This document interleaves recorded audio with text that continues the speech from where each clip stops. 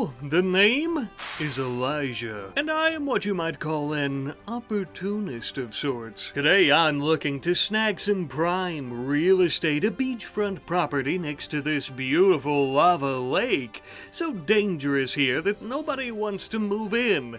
Except for me, of course. And this is my ship, known as the CS Sticky Willy. Yes, I named it myself. What's that? You were expecting a grav ship? Aha, well, you know what, in this economy, not everyone can afford a grav ship, okay? Do you know how many people I had to I paid for this ship with my very own money, okay?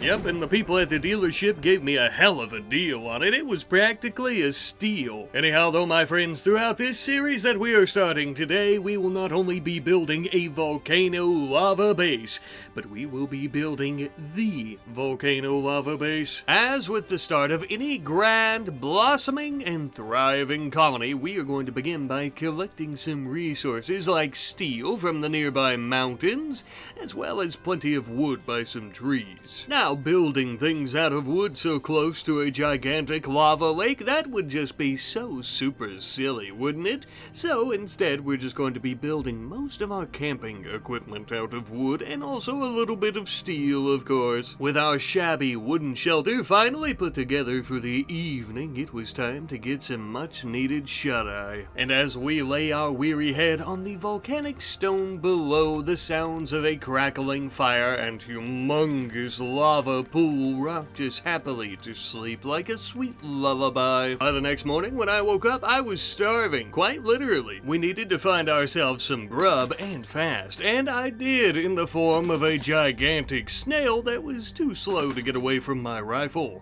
A gigantic escargot sliding around on its slippery little tummy, don't mind if I do. Using my survival knife, I would be able to strip and clean this great big beast of, I guess these are guts. Anyway, though, I ended up chopping it into meat and cooking it, and this might be the best meal that I've ever tasted. Now then, while Elijah works, let's talk shop, just you and me. One of the largest limiting factors we face in the beginning, other than our lack of manpower, is our lack of knowledge. Starting out like this, we don't currently have the research for heavy bridges, which will be crucial for building on top of the lake itself. Since Odyssey doesn't allow us to build on deep lava, we'll also be using the Deep Water Bridge mod along with its lava counterpart. But again, none of that matters until we get them researched. As for right now, it looks like we have more pressing issues. An insane vulture trying to kill us and peck out our eyeballs. Normally, these large avians only go after dead creatures. I'm about to show it why it should never try to tussle with the living, especially not with an armed ruffian such as myself. Bye-bye, birdie. I'm afraid that silly little decision will be your last. Welcome to the soup pot, little fella. Well, that was a bit anticlimactic, wasn't it?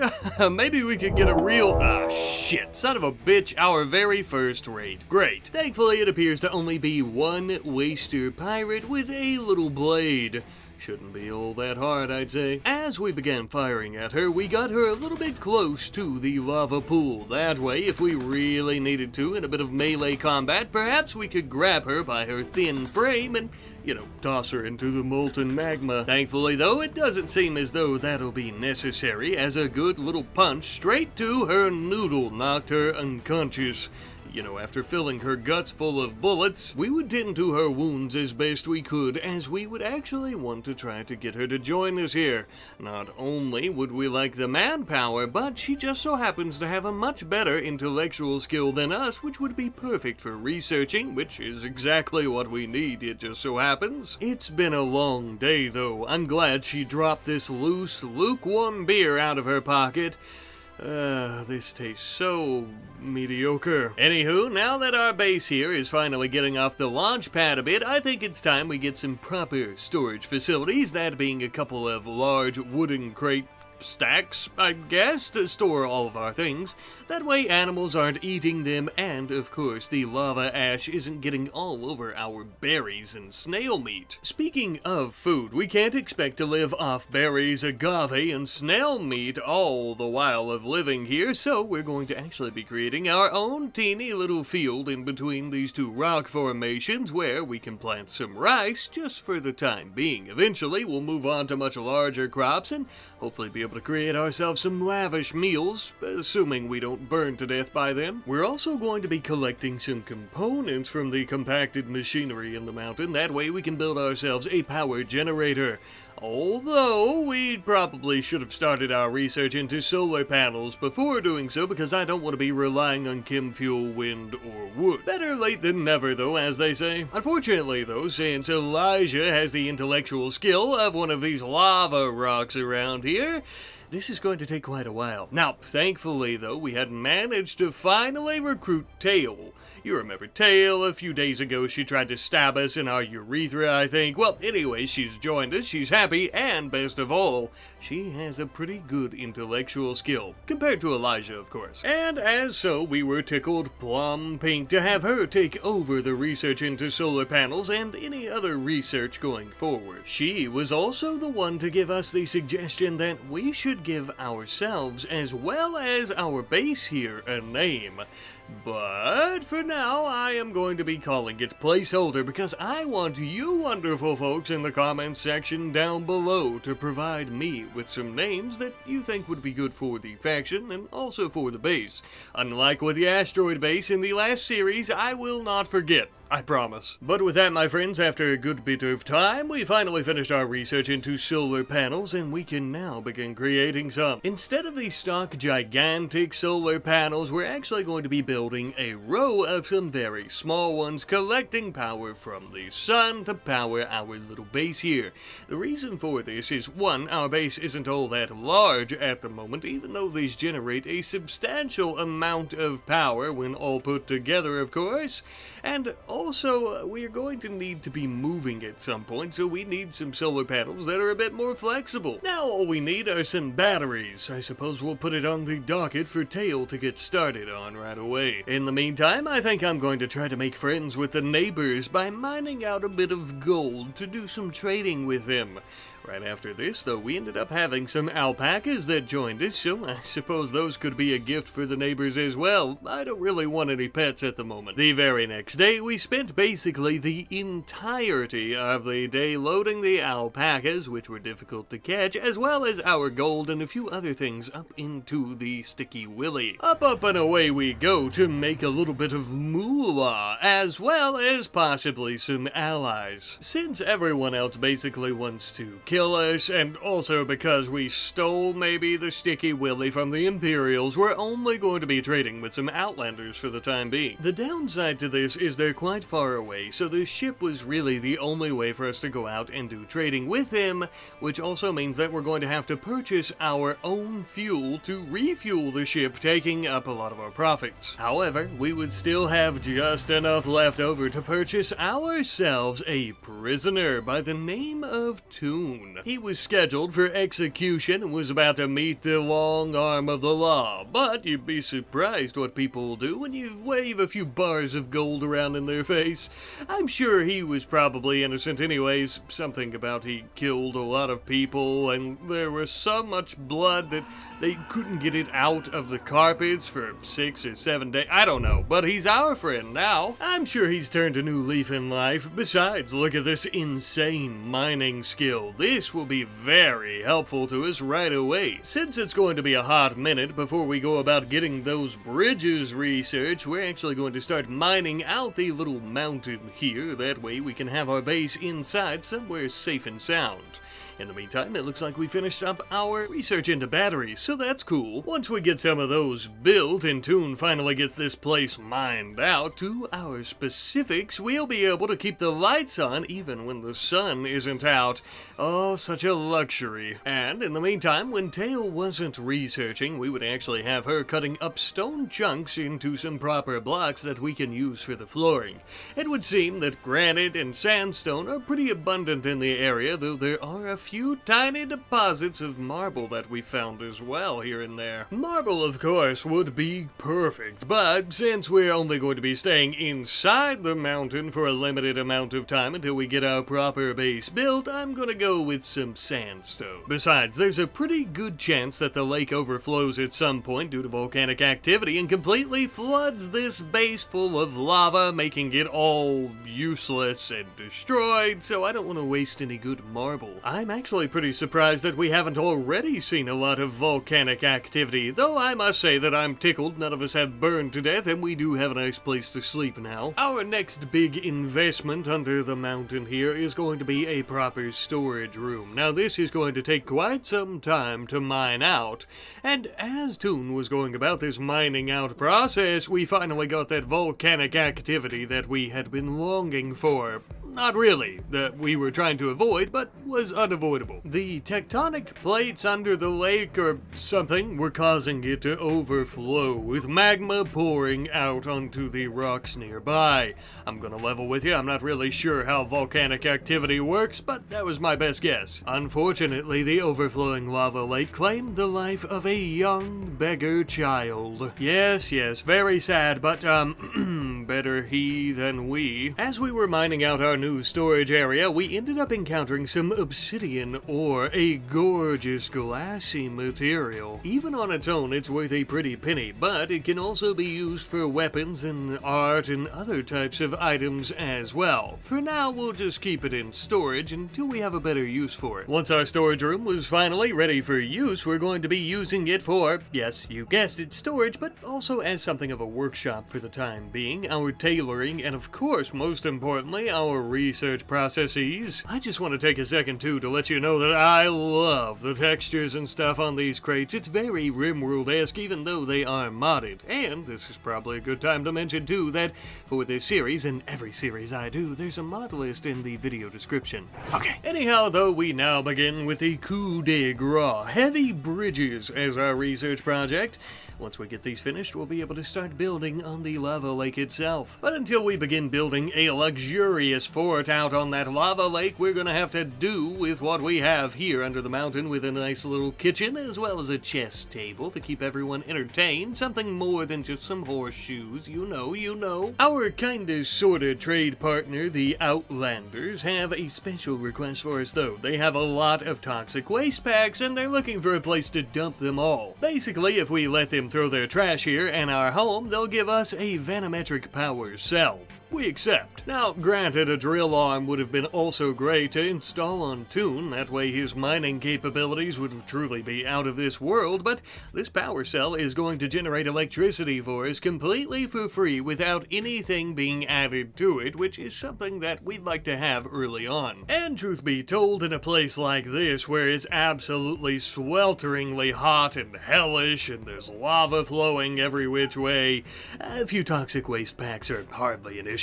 But as the leader of our volcanic fortification here, we are going to need to start looking the part. So Elijah ended up making himself a beautiful cloak out of bird skin. Perhaps even out of that vulture that we killed early on?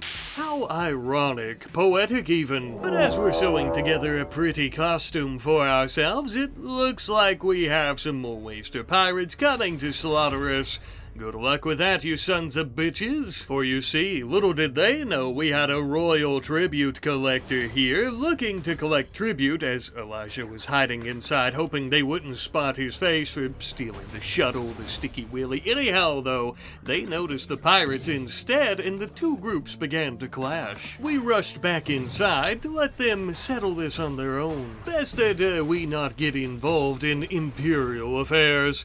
I'm hoping that toxic gas will obscure their vision of our ship as well. Finally, by the time there was only one last remaining pig pirate standing out here, Toon and myself would come out to finish them off. Well, that sure was fun. Even more fun would be going around and stripping them of some of the gear that they no longer needed and then killing them. None of them appeared to be all that useful, so no need for prisoners. Once everything was said and done, our ship was a bit damaged, but on the bright side, nobody noticed that it was a missing Imperial ship, so I suppose we have something to celebrate. and also something to repair. Speaking of which, Toon took quite a beating during the battle and would have to repair himself as well, but thankfully we didn't have any infections, which is possibly owed to the fact that it is very cold and below freezing nowadays. It would seem the icy grip of winter has its hooks deep here. Our red-hot volcanic home now covered in a beautiful layer of thin snow. It's quite cold as well. We need a few heaters, I think. We would also finally finish up our research into heavy bridges, now allowing us to build on the lava lake. It's about damn time. But before we get started on that, since we didn't sufficiently prep for winter with a stockpile of food, we'll need to start growing some rice in-house. Literally, in our hallway here, we're going to set up a sun lamp as well as some planting areas. Now, this isn't hydroponics, so it's going to be quite slow, but it's better than starving to death. Now that we finally have some growing going on again, we can actually start working on our actual base that we plan on staying in permanently out on the lake itself. Funny enough though, as we began our construction of this great big steel behemoth that will be living on, the lake itself and its molten lava began overflowing onto the stone once more near the entrance of one of our walkways. And perhaps even worse, our ship. We immediately began moving it as we really did not want our ship to take damage and to be melted into a slag heap. We then rushed to effectively contain the lava overflow before it could become an issue, a much bigger issue, that is. This of course would just be a temporary fix, and I quickly ended up realizing that even though we attempted to double wall it, this would do absolutely nothing to contain the lava. Now that Odyssey's been out for a while, this probably isn't surprising to you guys, but you could imagine my shock when this is literally my first time playing in these volcanic biomes and trying to build a base here. I was shook, to say the least. Realistically though, by this point I realized the only thing I could really do was move all of our things that were stored outside, inside out of the path of the flowing magma. The overflow eventually made its way to our front door of the mountain base and was getting ready to start pouring inside, so we started moving everything to our storage room, and we would have to dig out a path around it, walling it off. That way nobody accidentally steps in it, hopefully. Luckily though, we had gotten our first steel platform ready, and we were able to move our ship over there. Now, can overflow happen onto these platforms? Probably, but that just kind of comes with the territory, I'm sure. Look, we're living on a volcano, okay? I think we're just gonna have to deal with a little bit of lava sometimes. All this possible death seems to have brought two of our people together. Elijah and Tail are now lovers, it would seem. All it takes is a little bit of lava threatening to end your life in a horrific burning fashion to make you fall fast head over heels for someone who tried to kill you a few months ago.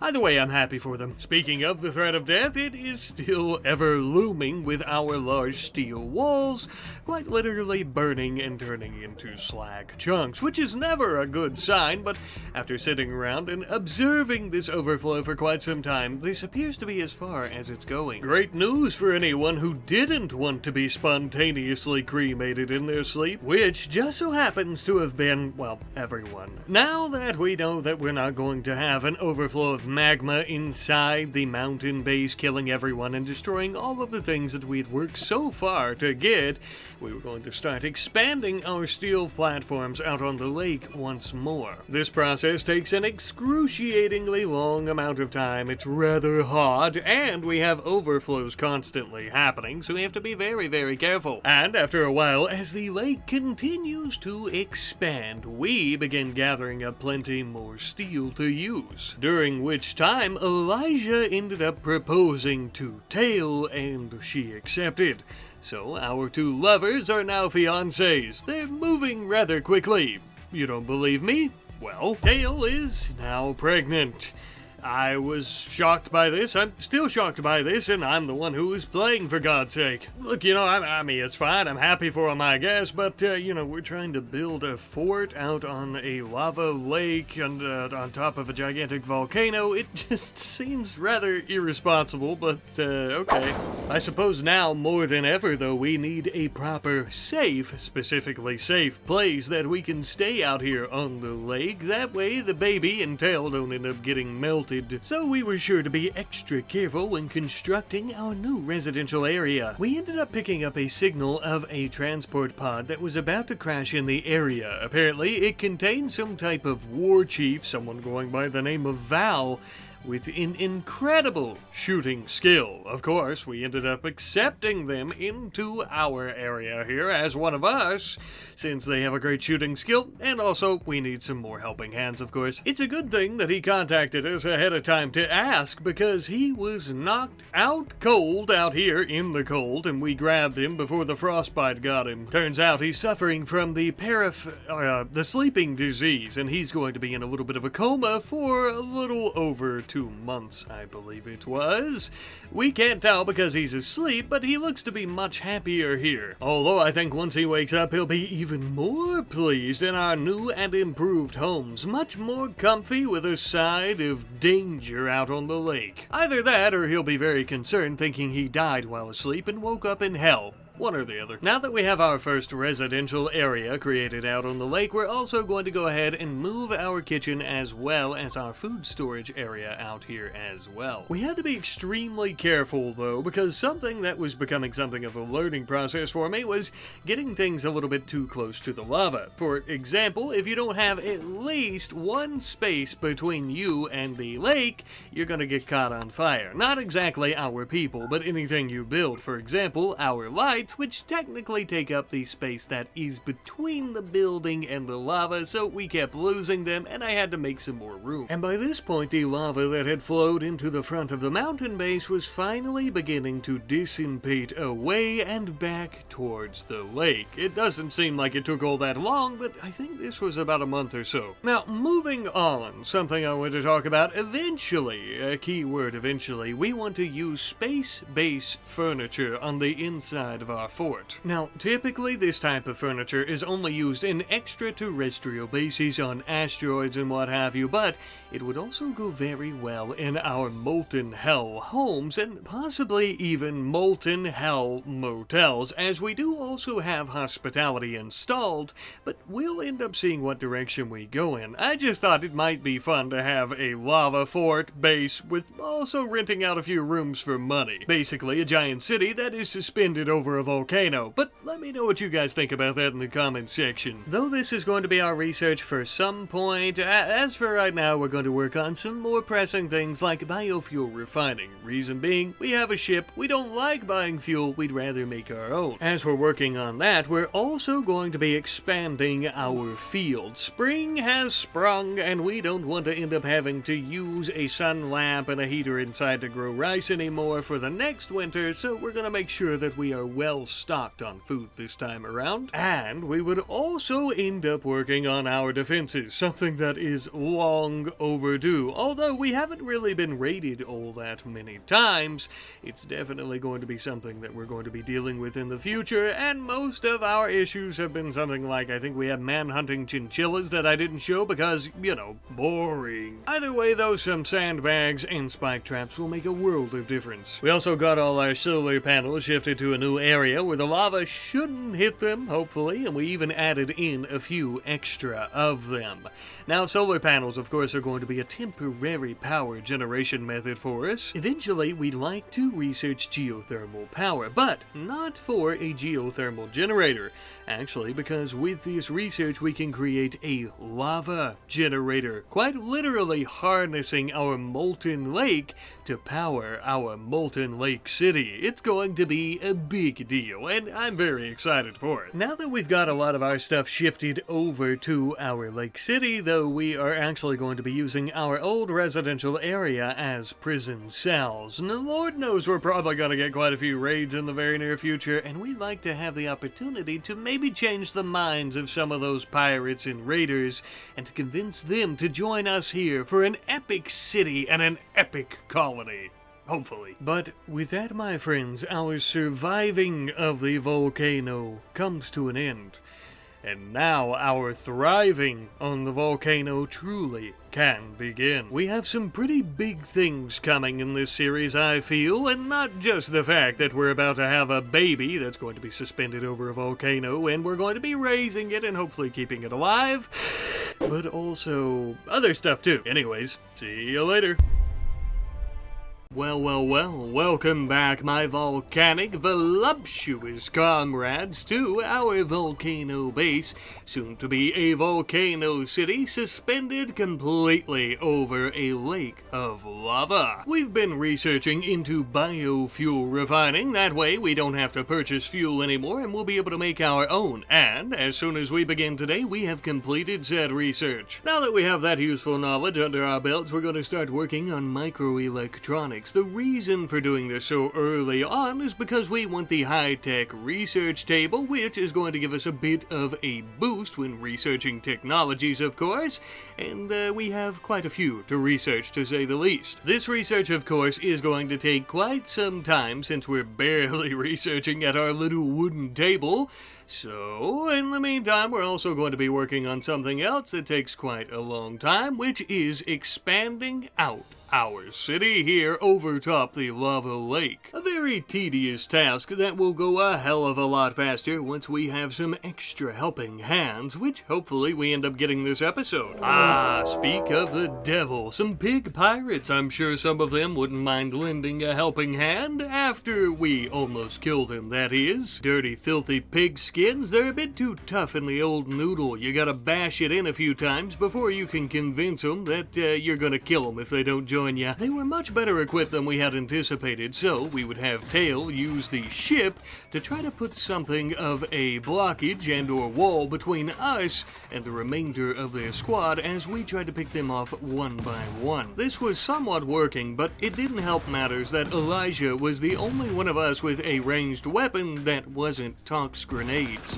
Although these grenades would help us out pretty sufficiently with taking down the remainder of the pigskin pirates, the only issue was that Toon had passed out as well. With a few well-placed pieces of lead, though, we finished off the last pirate. Well, the last one, that is, that wasn't incapacitated or just a complete coward like this fellow here who decided to flee. We would quickly rush to Toon's aid, putting our hand over his mouth, that way he wasn't dying from the tox inhalation, and eventually it dissipated. We almost suffocated him, but he's a-okay, and we started tending to his wounds. And I'm also quite thankful that Tail and her and Elijah's unborn baby child in her tum-tum is also safe and sound. Now that we know our people are safe and sound, let's take a look at what we've accomplished here. We've defeated a raid of pigskins, taking a very nice automatic weapon from them, and we've also managed to take one of them as our prisoner. We'll immediately begin attempting to convince him to join us, of course. And, hopefully it doesn't take too long. In the meantime, we're also getting a very bountiful harvest from our fields, getting potatoes, pumpkins, rice, heel root, and also plenty of cloth. Now, the cloth is going to be something we use on a little project today, but we'll wait around until we get to that. Besides, we have something much more important to deal with right now. Tail is going into labor. We all very quickly rushed her to her bed, and actually, it wasn't a very strenuous labor at all. The baby came out very quickly and very easily. I was actually kind of surprised and quite perturbed by this, but nonetheless, I'm happy for her, and I'm happy for Elijah and the little baby as well. Congratulations, you three. Now then, we need a proper name for this little fellow. Perhaps the Duke of Lava, the King of Volcanoes. No, I'm not very good at this. I'll let you folks in the comment section down below pick out a name. I would very much appreciate it. kid, and for now, we'll just call him Baby. Ah, such a shame. The Duke of Lava has such a nice ring to it. It really rolls off the tongue in conversation. Alas. Anyhow, though, as Mama and Baby are resting up, for the most part, I actually see them working on this new warehouse here out on the lava lake. I suppose they're taking turns. One will watch the child and what comes out. Anyhow, though, we're building a brand new warehouse here on the Lake of Fire. Basically, this is just going to be the slow process of moving all of our base components that we had on the inside of the mountain over to the lake, as I think the mountain is going to be converted into a gigantic prison at some point. Or perhaps a great big hotel. I suppose we'll have to wait and see. In the meantime, though, we finally ended up recruiting P-Woo Org, the pigskin, who just a couple of days ago was trying to murder us, or several days ago, I suppose. Either way, it would seem he's had a change of heart. He has a pretty decent construction skill, but mostly his shooting skill is out of this world. The best out of all of our people now. So we decided to let him keep his automatic rifle that he was trying to slaughter us with previously, as he's going to be the best using it. Besides, he's already pretty well acquainted with it, seeing how he has his name carved into it, and he's probably killed a lot of innocent people with it. I gotta tell you though, with that shooting skill of his, I feel quite a bit safer having him toting around that rifle, and also, of course, he came in very clutch, helping us haul all the things from our old storage area under the mountain to our new one on the lake. And since he has a pretty decent construction skill, he and Elijah would be much faster at helping us expand our steel bridging over top the lava lake as well, expanding our future city furthermore. As they were doing this, we finally finished our research into microelectronics, now allowing us to create a high-tech research bench researching research much faster, and so we wasted no time building one. Now that we got this bad mamma jamma built, it's time for us to start on our next research project, which is going to be space-based furniture. Now, last episode, the first episode, I mentioned how I really thought that this stuff was going to work out perfectly, not only for our buildings themselves with space-based walls, but also with all the furniture that comes along with this research. There's different types of beds and bookshelves and decor and things like that that are going to be great for furnishing the entire city. You don't furnish a lava lake volcano city with steel beds and walls or wood. I mean, that's what we're doing right now, but after we get that research completed, it will be a thing of the past. We are going to have a beautiful, technologically sufficient and advanced city here. One that not only our current populace will be tickled to live in, but will have people clamoring at the doors, trying to get into the city to live here, to work for us, and to populate it. That's the idea, at least. By this point, we've had the Grav engine quest for quite some time. Now, I won't be focusing on the Grav ship in this series, since I already done a series focusing on that, and this series is just going to be the Volcano City. However, accepting the engine quest can unlock many other types of quests for us where we can get better types of loot and weapons and items, so that would be the reason that I accepted, and we now have a Grav engine. We may end up building one later on to use for weapons or something like that during raids, I don't know just yet, but I really, again, don't plan on focusing too much on the Grav ship. We'll probably stick with our Sticky Willy ship, and maybe we'll use this one as something like a main flagship. I don't know. What I do know is while we're deciding what we want to do with the engine, until we decide, we're going to be storing it in the warehouse. Thanks to getting the engine, though, we instantly got a related quest, but again, for now, we're not really interested in all that, especially not the mech relay one, but maybe the ones where we end up going into city bunkers and getting useful medicine and items and weapons and blah blah blah blah. For right now, though, we do have a quest of a prisoner being held hostage by Ithacan pirates, and I think we would like to have some helping hands and also to slaughter a few of these Ithacan pirates, so this is the one that we're going to be tackling, sending out a small caravan, not to give away our position by using our Sticky Willy ship. We don't want to give away the element of surprise if we can help it. We don't even know how many pirates were there. However, that being said, upon our arrival, it appears that there is only one Ithacan pirate with 2 boghound companions.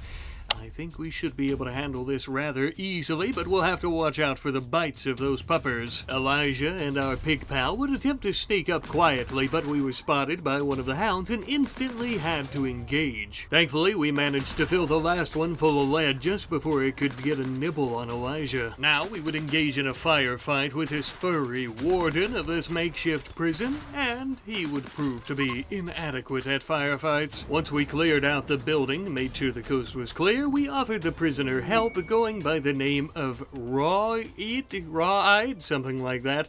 But this hairy boy has offered to join us, and so of course we have accepted. Welcome aboard, little fella. Though on the journey back home we explained that we live over top a volcano, as one might imagine, he was a little bit concerned, not only because, well, dangerous, of course, but also he's quite furry, so I don't know exactly how it's going to work with him being overheated all the time. I don't know. But after we arrived, he seemed pretty happy to have a place of his own, finally. Once we finally had him back home, too, he could do some tasks that normally Elijah and the others would have to do, like hauling and things of that nature, that now they don't have to, and they can actually solely focus on construction and expanding the city furthermore. We're building 2 brand new platforms here that are connected to our other 2 residential ones. As we were doing so, we had a couple of things happen, some pretty big things. First and foremost, we finished up our research into space-based furniture that we needed, of course. Most importantly, Val, our friendo who fell from the transport pod last episode with the sleep the sleep disease, has finally awoken. He too had some concerns about the base here, but we eased his mind, and he woke up just in time to witness the marriage between Elijah and Tell. Perhaps they were waiting on him. Their marriage ceremony taking place next to a romantic landscape of bubbling magma. Their vows involving the magma, something about their love for each other is hotter than the volcano. Oh, alright you two, it's a family show. Now, after celebrating this beautiful unifying bond between our 2 leaders, of course, and this new research that we've recently acquired, we started working on fixing up everyone's rooms,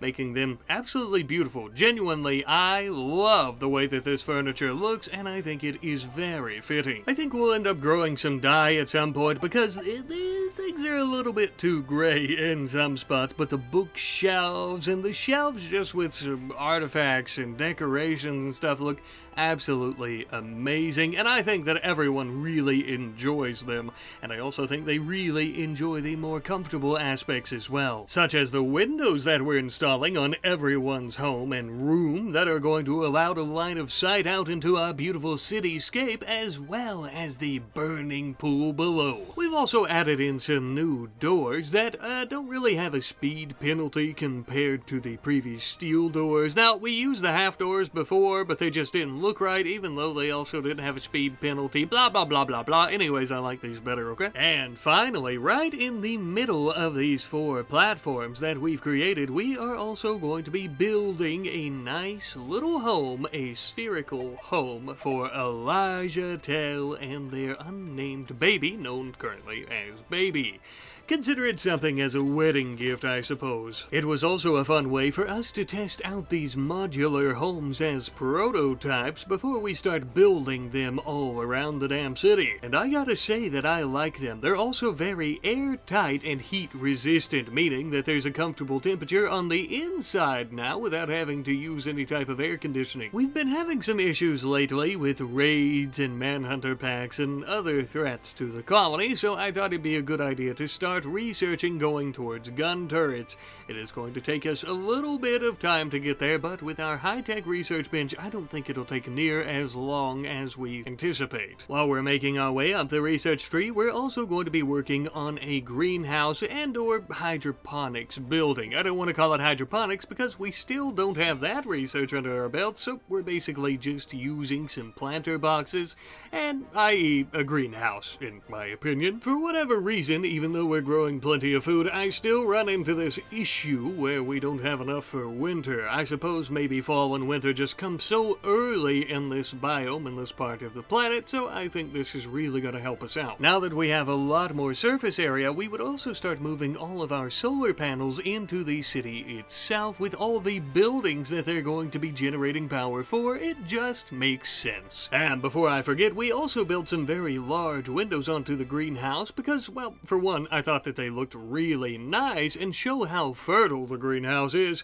but for two, they'll also let in additional sunlight, helping with the growing process for all our crops and all other vegetation. By this point, we finished up our research into machining, allowing us to go about creating our own machining table, and while we were creating some helmets there, we were also refining a bit of chem fuel for the shuttle, as I hope to go on a trade mission very soon. It wouldn't take long at all for Tail to finish up all those steel helmets though, giving every single one of our occupants in the city a nice brain bucket to protect their little noodles. As the city continues to grow and our wealth along with it, along with our reputation as well, attacks are only going to continue getting worse and worse, so some proper protection is vital. But I must say, even with all the progress that we've made today, it feels like we still have so much to do, and I suppose that's because we truly do have a lot more to do. But I am pleased with the progress so far, as the city is coming along very nicely. After quite a while, we finally got up to the point where it was time for us to research those gun turrets. It was just a shame we didn't finish them in time before this large man-hunting pack of, guinea pigs, I think, is coming to try to eat us. As their small, stubby little legs were trotting through the snow, we began throwing Molotovs at them and also firing our weapons at them, trying to lead them back towards our defenses where all of our spike traps were. That way our traps could do the heavy lifting for us. They were rather persistent little boogers though, as they would not stop for anything. I suppose it has something to do with their flesh-eating disease that caused them to hunt humans in the first place, but eventually, after a wave of bullets and fire washed over them, the battle was over. The guinea pigs were dead. Even better for us, though, it looks like we have some more meat for the stew pot. Even though they're quite tiny, we'll just cut out the scary infection from a lot of them. It'll be fine. It'll taste fine. We would end up finishing our research into gun turrets, but we wouldn't get any built before we had a group of shamblers approaching the area. I really didn't want them hunting down any of our people throughout the lava city because we have very narrow pathways, so we started hunting them down preemptively, you could say. To be honest with you, I'd kinda completely forgot I even had Anomaly on during this playthrough. We ended up getting a shard. We'll probably just sell it. Not really much going on there. Now that we've gotten rid of our threats that were going to kill us, though, it's time for us to work on more research after gun turrets, which is going to be geothermal power. This one will take quite a while, but in the end we'll end up unlocking a lava power generator. Exactly what we need to fill up our batteries without having to worry about eclipses. While we're working on that research, though, we're also going to be working on yet another structure on our fourth and final platform, for the time being, that is. This is going to be a diner that will service the entirety of the occupants of the city. Not only does it look a lot better, but it's also much larger, being able to accommodate many more people who are going to live here eventually as well. This will ensure that nobody has a mood debuff from not eating at a table, and will ensure that everyone has a mood buff from having such a beautiful and wealthy dining room, which is very important. As for our old dining room and kitchen, we completely shoved that shit off into the magma to watch it burn. Once we were done enjoying that little sight, we started turning it into a proper recreation area just for now. Eventually, I want a much larger one of these, more centralized to the city, but this'll do. For the moment, that is. As we were enjoying some roulette and darts, though, we have a serious threat. We're being attacked by mechanoids. And as they were landing, I realized that my dumbass had still yet to build any gun turrets because I've just been having so much fun building the city. Oopsie daisy. It does seem like they were going to plan for a bit before attacking, so we rushed Elijah into the warehouse to go about making an EMP launcher. That way we would have an upper hand against them, but as you could probably guess, we didn't get this done fast enough. Near fast enough. By this point, the mechanoids were already on their way. We had no other option but to rush to fight them. Letting them come into the city to us might be a good idea, but it could cause a lot of unwanted and unnecessary damage. Instead, we would take cover by some rock formations and rock chunks near a little lava pool. Hopefully, we can cause them to go into it. We do have a little bit of a trick up our sleeve, I suppose. Thanks to our furry friend's animalistic nature, we can do an animal war call, calling on nearby critters to aid us in this fight. The only thing that was near us was a boomalope. He would answer our call for aid. His explosive death would be mighty handy. Also, again, he was the only thing near us, so he would mostly just be a great distraction. That's right. Yeah, that's it, little fella. Get his ass. Oh, shit. Well, that's an absolute shame. His sacrifice will not be forgotten, whatever his name was. Thanks to that explosion rocking the shocks of this Lancer, though, it wouldn't take us very long at all to finish him off and the rest of the mechanoids for good. For now, that is. Also, I should mention, I'm sure many of you noticed, but we were using Molotov cocktails during that fight, which is horribly ineffective against mechanoids, but the unfortunate part about it is that's the only other weapon that I had to use against them unless we threw tox grenades, which is completely ineffective. It was pretty clear to me that we need to attempt to either make or purchase some more weapons for ourselves. After the battle, though, we ended up finishing our research into geothermal power, but the catch here was we couldn't actually go about creating our lava generators for power as we needed plasteel. So let me get this straight. We need weapons and we also need plasteel. The only logical solution here was to load up the old sticky willy full of all sorts of different things like gold and silver and anything else we could really sell, and to head out to the Outlanders, who just so happen to have plenty of plasteel, exactly what we needed, as well as, well, not so many weapons, but they did have a minigun, so better than nothing. They also had a prisoner going by the name of BW, someone who appears to be the same species as Toon. We could purchase their freedom, and so we did. Upon their arrival back home, Val would start helping him get introduced to everyone all around the city. Yes, I know, it's scary. That's what everyone says, for God's sake. You're lucky that we don't send your ass back to that prison, buddy. But our new friend BW is going to be completely useless to us if he ends up dying of frostbite, so we would have him make himself some proper clothing, whatever you like to wear. The textiles, basically just cloth, are yours to use, my friend. By the end of it, he came out with a pretty little jumpsuit, a nice shawl over his shoulders, and a toque to match. Looking good, compadre. We also ended up giving our furry friendo the minigun, and though of course it's not all that accurate, it will be able to easily lay down some cover fire for the rest of us, while maybe possibly getting a few good hits in.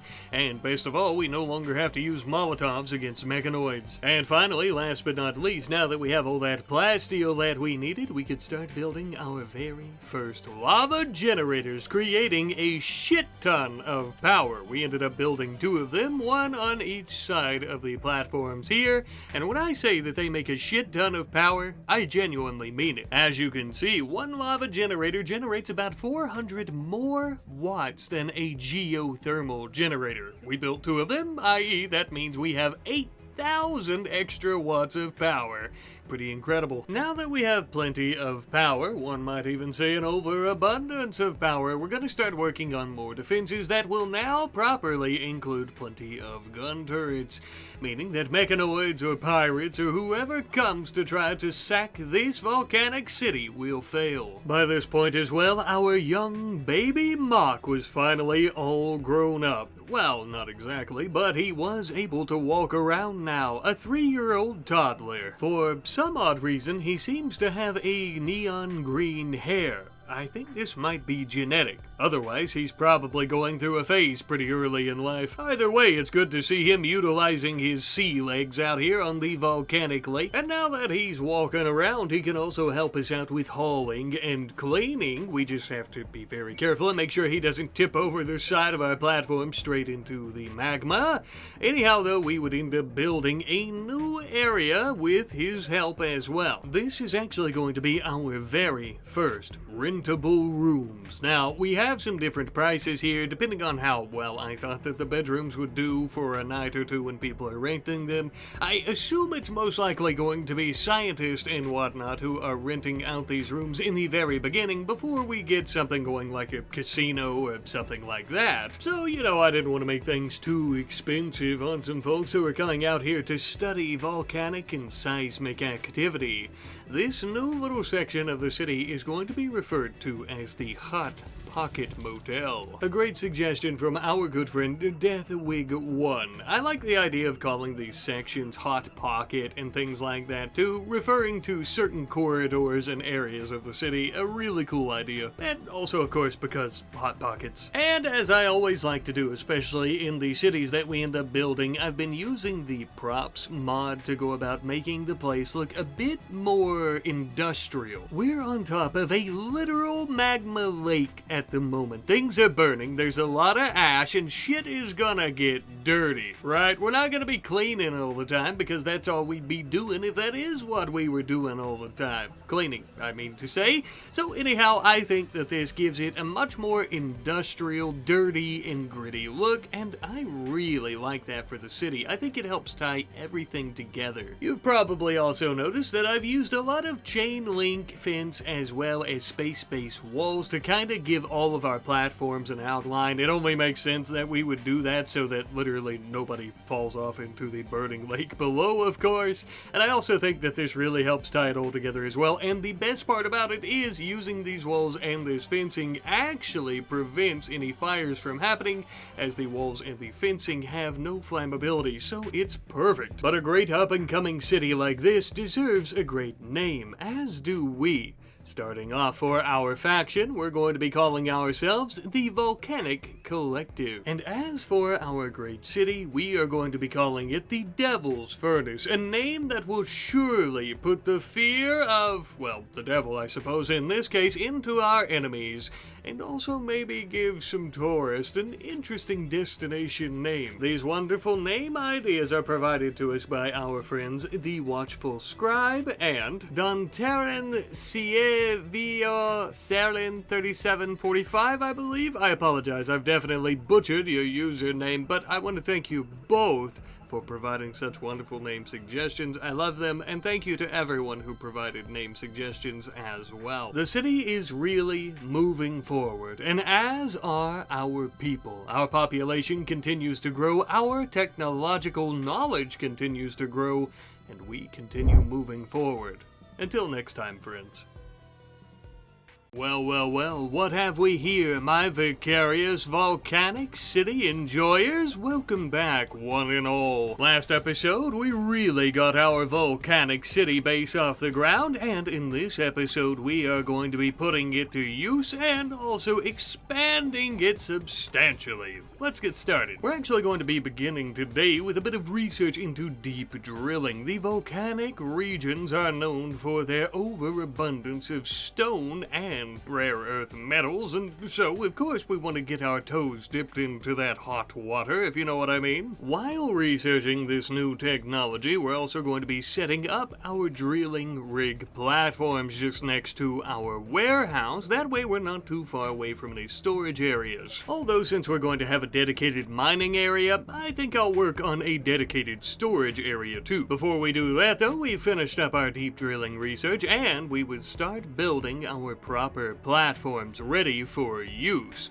Now, as of right now, I believe we're only going to be getting stone, not any rare earth minerals, unfortunately, but this stone can actually be used to expand our city, as we can actually use this material as a substitute for steel in our space-based walls and what have you we've been using, but basically it's going to be great. As we started our mining operations over the volcano, though, we ended up having a psychic ship landing just to the north of us. This damn thing is gonna drive us all crazy and mad and cause us to kill each other if we don't get rid of it, and in a hurry. So we mounted up a little fighting force, and we started prepping our defenses. Thanks to our new deep drill mining, we have plenty of stone, as mentioned, and we could use that stone to go about building embrasures without the fear of wasting any. Embrasures being a much better mode of defense compared to sandbags is exactly why we use them.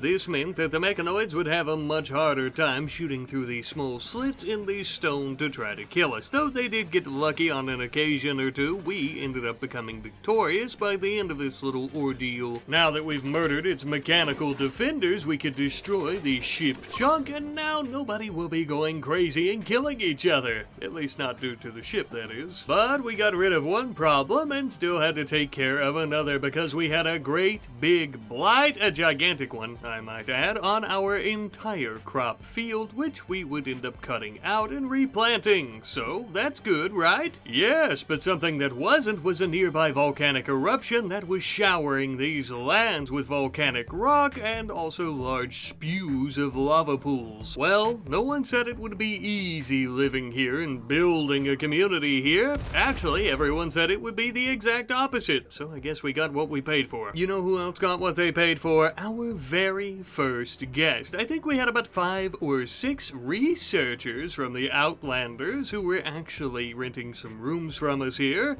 and were just kind of studying the volcanic activity that as of late had been showering the area with lava and stuff, as we seen a moment ago. These researchers weren't just going to rent rooms from us though, they were actually going to be living here for a certain period of time, and as such, they were actually contributing to the city itself by cooking meals and cleaning around the place. It was pretty nice. It definitely makes this feel like more of a partnership, a research treaty or something, than just some tourism. Now then, back to the more industrial parts of our city. As we saw a little bit ago, we ended up building some drilling rigs to go down deep underneath the volcanic lake to get out stone and whatnot, but we do need a place to store all that, so not only are we going to be building a place where we can use some electric stone cutter tables to effectively and efficiently make stone blocks, but we're also going to have some very large storage crates to store chunks as well as said blocks. Now adding on to that, I thought that this might be a great place for us to also go about building some more lava generators. We might as well. Again, once we end up wanting to, we can use this stone to substitute for steel for our bases and our homes here and whatever else we end up building structure-wise in the city. But if we want to, we could also just sell them to a bunch of bulk goods traders. It could be one of our main exports, who knows. For our next research project, we're working on orbital tech. I know, a little bit strange, especially since I specifically said that we weren't going to be working on the grav ship just yet, or anytime soon really, but I do want some of the armors and suits that come with this research for our people. While we're working on that, we're also going to be building a comms console so we can finally start doing some trading with those bulk goods traders that we were talking about, as well as any other that may be in orbit, and likewise we would end up building some of our beacons. We definitely don't want to limit our clientele and or trade partners to the tribes of the planet or even just the Outlanders now, do we? No, we don't. Speaking of bulk goods traders, we ended up having one not too long after that, at which point we would end up buying plenty of plasteel and selling some of our obsidian and gravlite panels, as we didn't really need either of those at the moment. The plasteel would prove to be invaluable to us, as we would immediately put it to good use building 2 brand new lava generators. If you remember last episode, one of these generates up to 4,000 watts of power, so needless to say, the 5 we have, I'm not good at math, but we should be good on power for a while. Now with all this power generation, I think it only makes sense that we would have a proper place to go about storing all the excess power, and sure, we have a lot of batteries in our warehouse, but we ended up building a power plant and storage facility in its own section of the city. Mostly for safety reasons, but also to keep things neat and tidy as can be. You'll notice that we ended up putting a fire foam popper that we had right in the middle in case of any fires, although that really shouldn't be an issue as we also have quite a few fuses in case there is an overcharge or anything like that, ensuring that the city's power should stay on furthermore, regardless of any negative effects of a zzz or something of that sort. And with that, the expansion of our city is going quite nicely this episode already, but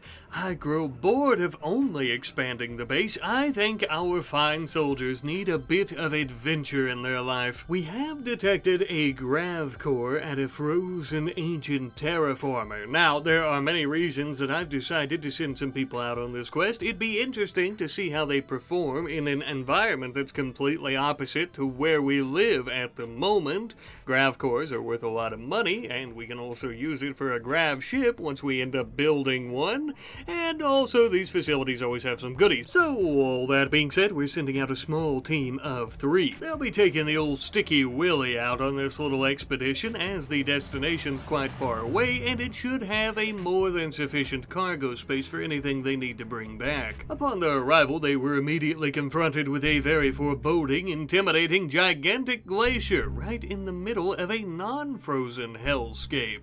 My guess is that the terraformer is right in the middle. The 3 of our men would waste absolutely no time mining through the thick sheets of ice and getting straight to the nougaty center of this little nugget. Needless to say, but I'll say it anyways, the facility was indeed in the center of the glacier, and we were already finding some useful supplies like medicine. We also right away were confronted with many a century drone, ancient robotic protectors of this facility. Thanks to our minigun, though, as well as other rifles, we had very little issue destroying every single one that we came into contact with, along with some of their ancient turrets. As our exploration of this decrepit place continued, we eventually found the terraformer, blasted the absolute shit out of it, and now we're ready to take our grav core back home, along with many other things like a couple of maps that will no doubt lead us to new adventures and new useful items and resources, as well as some medicine as previously discussed, grav light panels, food components, blah blah blah blah blah, and the rest of our time spent here at ye old terraformer glacier and compound was going to be filled with us filling up our Sticky Willy ship with all the new items that we had collected before finally arriving back home safe and sound. Now comes the less fun part of trying to haul all of this in. We also ended up getting some mining chargers. Not really sure what we're going to use them for, but I always like to have them on hand just in case. Sometimes I do be feeling a little explosive. By the time we finally arrived back home and got everything hauled in, we also finished up our research into orbital tech, now allowing us to build many of those different types of suits and armors I was talking about earlier. But before we get started on that, I feel like we need a proper workshop, something that we really haven't had this entire time. Well, we did before we moved out here onto the Volcano Lake, but you know what I mean. Again, built within a very close proximity to our warehouse and all of our storage crates. That way, making these new suits and armors won't take long at all. And as you can see, with Elijah here, our leader, being the very first to wear his new prestige outfit, a grav ship captain's outfit. Now, I will say, of course, again, I don't give a shit about the ship necessarily, but I think that this looks very dapper and very royal and fitting for the leader of a volcano city, and thus why he and many of our other fine folks will be donning this type of apparel. A few things I want to clarify. For one, I have edited the apparel layers, that way we can still wear our flak vest and coats with these if we so choose to, which we probably will for protective purposes, and the prestige apparel requires a lot of gold. Now, luckily for us, this isn't exactly an issue, because the hot and hellish region in which we live is very rich with these different types of rare minerals, although we are going to run out of gold and other materials to mine at some point, so we'll be buying that too once we get a big enough population. Since we're working on everyone's certified looks here for our volcanic city, we're also going to be planting some boxes full of dyes, that way we can turn them to the appropriate colors. While waiting on our new dyes to grow though, we would work on yet another uniform, with this being a prestige suit for our Lady of the Lake, Tail. Such a beautiful, happy couple with a beautiful empire that is expanding needs beautiful garments, if I do say so myself, and I think we've accomplished that for them here today. Next on the agenda is going to be mortars, as I want to start focusing on our defenses. Now, I will say though, most of our research projects thus far, I have been letting them solely work on those for a lot of this, and I'm going to start actually focusing on construction and stuff again in terms of our defenses, with many more turrets and spike traps and anything else that we can throw out there, because we haven't been attacked in quite a while. Which, if you know RimWorld, then you know means Randy is cooking up an absolute shit storm to throw right in our face, and that's why I'm putting such a high priority on replacing all of our sandbags with some proper embrasures and yada yada. Thanks to the fairly extensive mod list that we're using throughout this series, we do have many different types of modded defenses that I plan on implementing as well, but for the time being, until we get that type of stuff researched, this will have to do. Looks like we'll be putting it to the test right away, as we have a group of pigskin pirates coming to skin us. Worst of all, perhaps, is the fact that one of them by the name of Weir, I believe, is the niece of Tail and Elijah. I was a bit dumbfounded by this because, well, they're pigskins. It would seem that someone in their family tree screwed the pooch, or I suppose in this case, the hog. That was a bad joke, sorry. Regardless though, this is serious business, and we were attempting to rush to our defenses, but before we could mount up at our embrasures, the pigskins were pouring through our line. Initially, this wasn't too bad, as they were hitting many of our spike traps, but as they continued, especially those wielding and throwing grenades, we ran out of spike traps and we were getting very close to death, within inches in many cases. Thankfully, after pouring on a sweltering amount of bullets into many of their soldiers and killing them, those last final few decided to flee. I think only about one or so got away. Okay, so maybe our defensive upgrades weren't doing all that hot so far, and maybe we could use a few more traps, and I'm not just talking about spike traps. I'm talking about some more complex ones that would actually come in handy during scenarios like this. As we were cleaning up the rubble and debris from the fight though, I did notice that Tail's niece had ended up dying during the whole kerfuffle. Not really much we could do there, she was trying to kill us.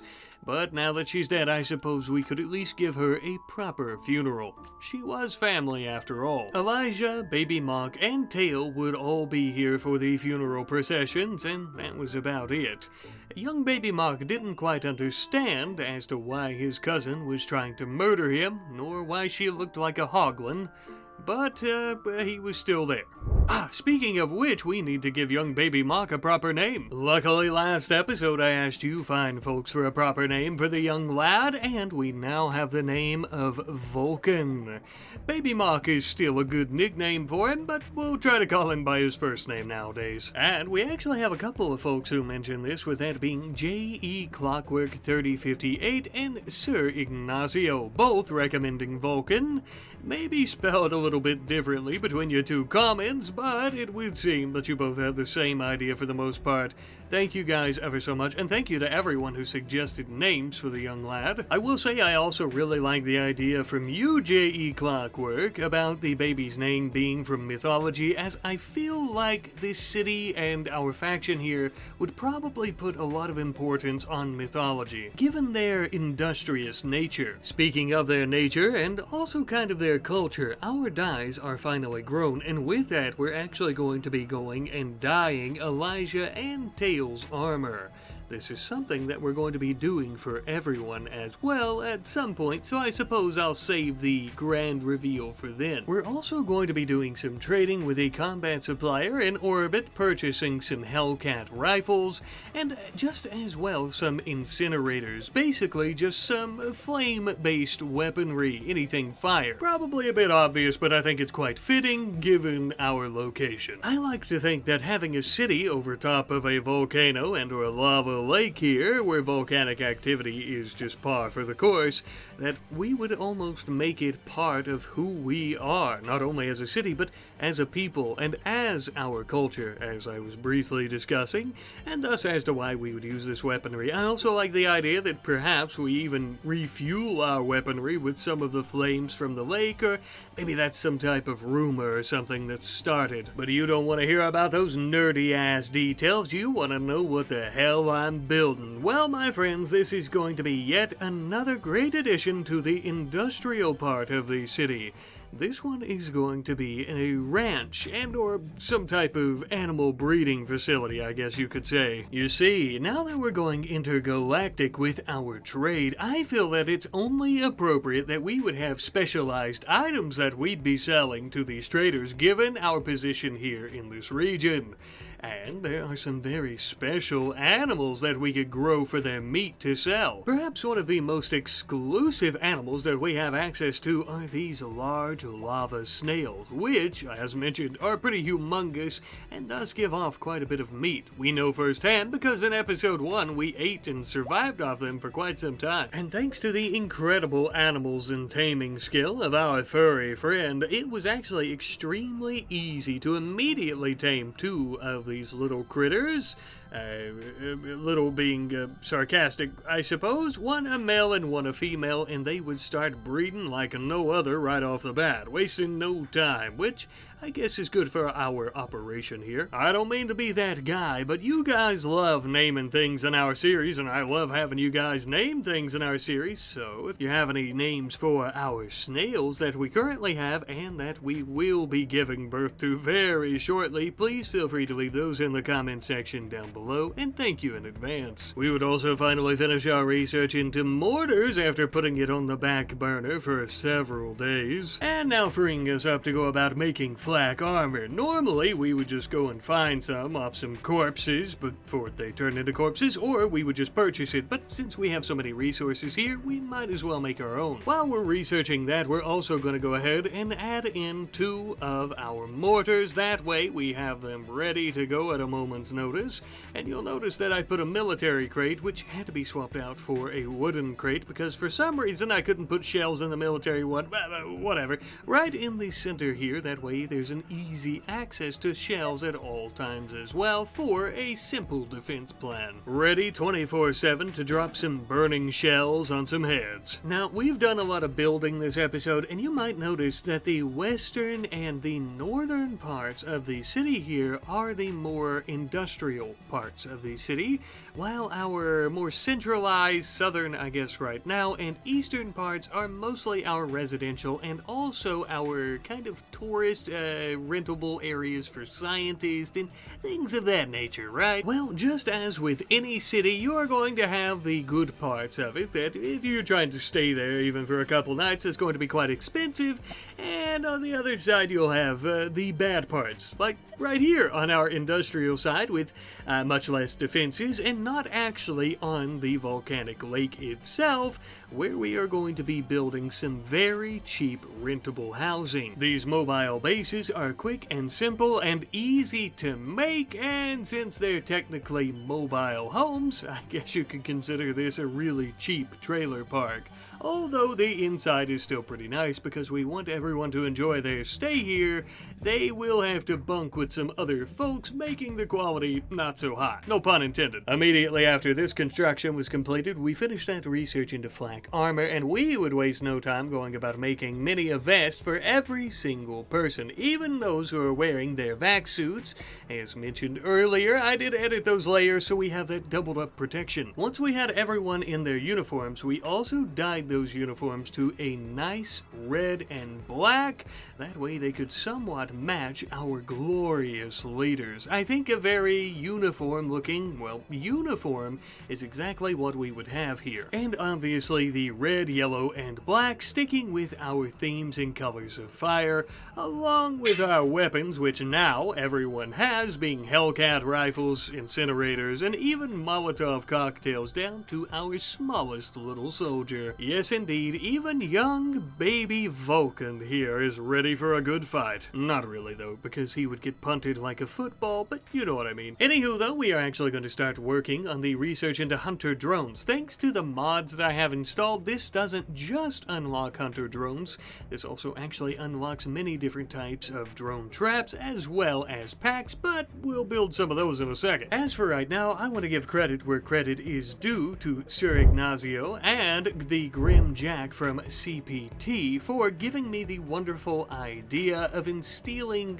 fire and lava and volcanoes and just everything like that into the culture of this city, this faction, this community, and into the hearts and minds of our people here. This is such a good idea. I can't believe I hadn't even considered it without you guys having to give me a nudge in the right direction, but that's why I love you all ever so much. And thank you to everyone who suggested this. I'm sure there's plenty of other people, and I just didn't get to see those in the comments. I've been not sleeping so great lately, so I haven't checked all the comments as fast as I normally do. I apologize. Now you might be asking yourself, Rat Daddy, why did you just leave Elijah's old armor and cape lying on the ground? Somebody could use that for protective purposes over top their flak jacket, and you would be right, but I am actually waiting on a young Vulcan to grow big enough to fill his father's shoes, or in this case, his father's armor. Speaking of children in the next generation, though, our snails have already had 2 babies, which is pretty incredible because it doesn't seem like it's been very long at all that we've had them. I've also decided to start planting some red hot chili peppers to add to their kibble. I think it'll give their snail meat a nice spicy flavor, complementing our signature style. We finally finished up our final research project for this episode, being the hunter drones, and as mentioned, I'm not really all that concerned with the hunter drones, as their explosions would probably damage our spike traps more than anything,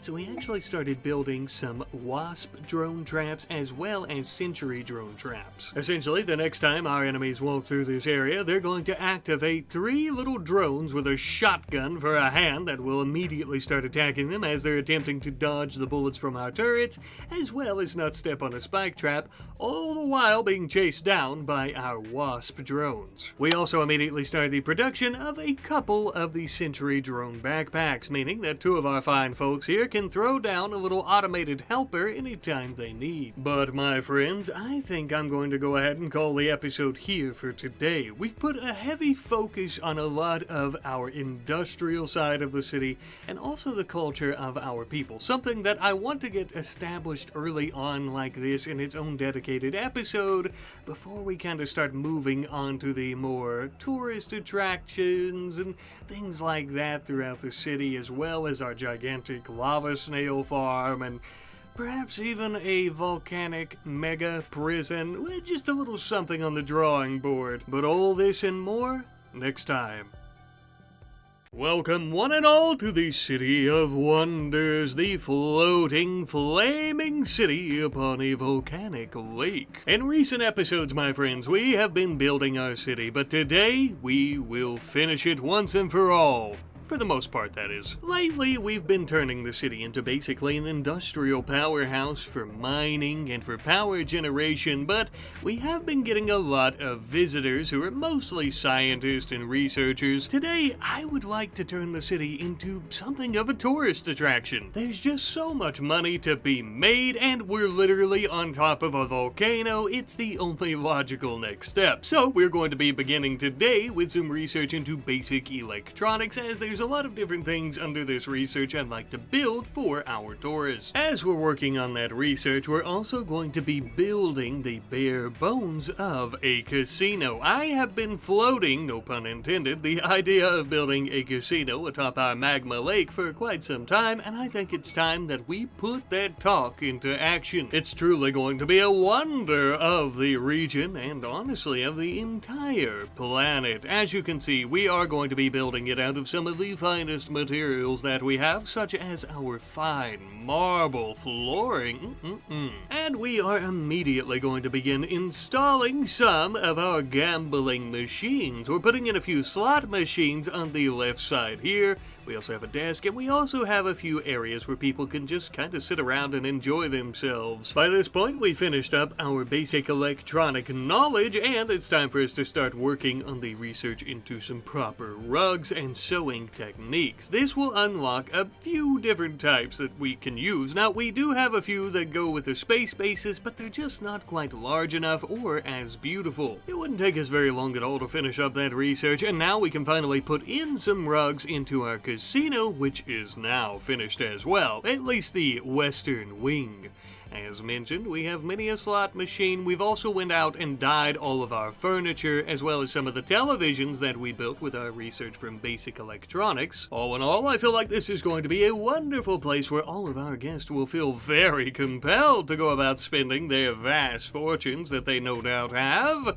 And especially with Toon here playing the piano, I think we'll win them over. It also feels like people would want to take advantage of the beachfront property right out back, the deck that we have that's going to be facing the actual Lake of Fire itself.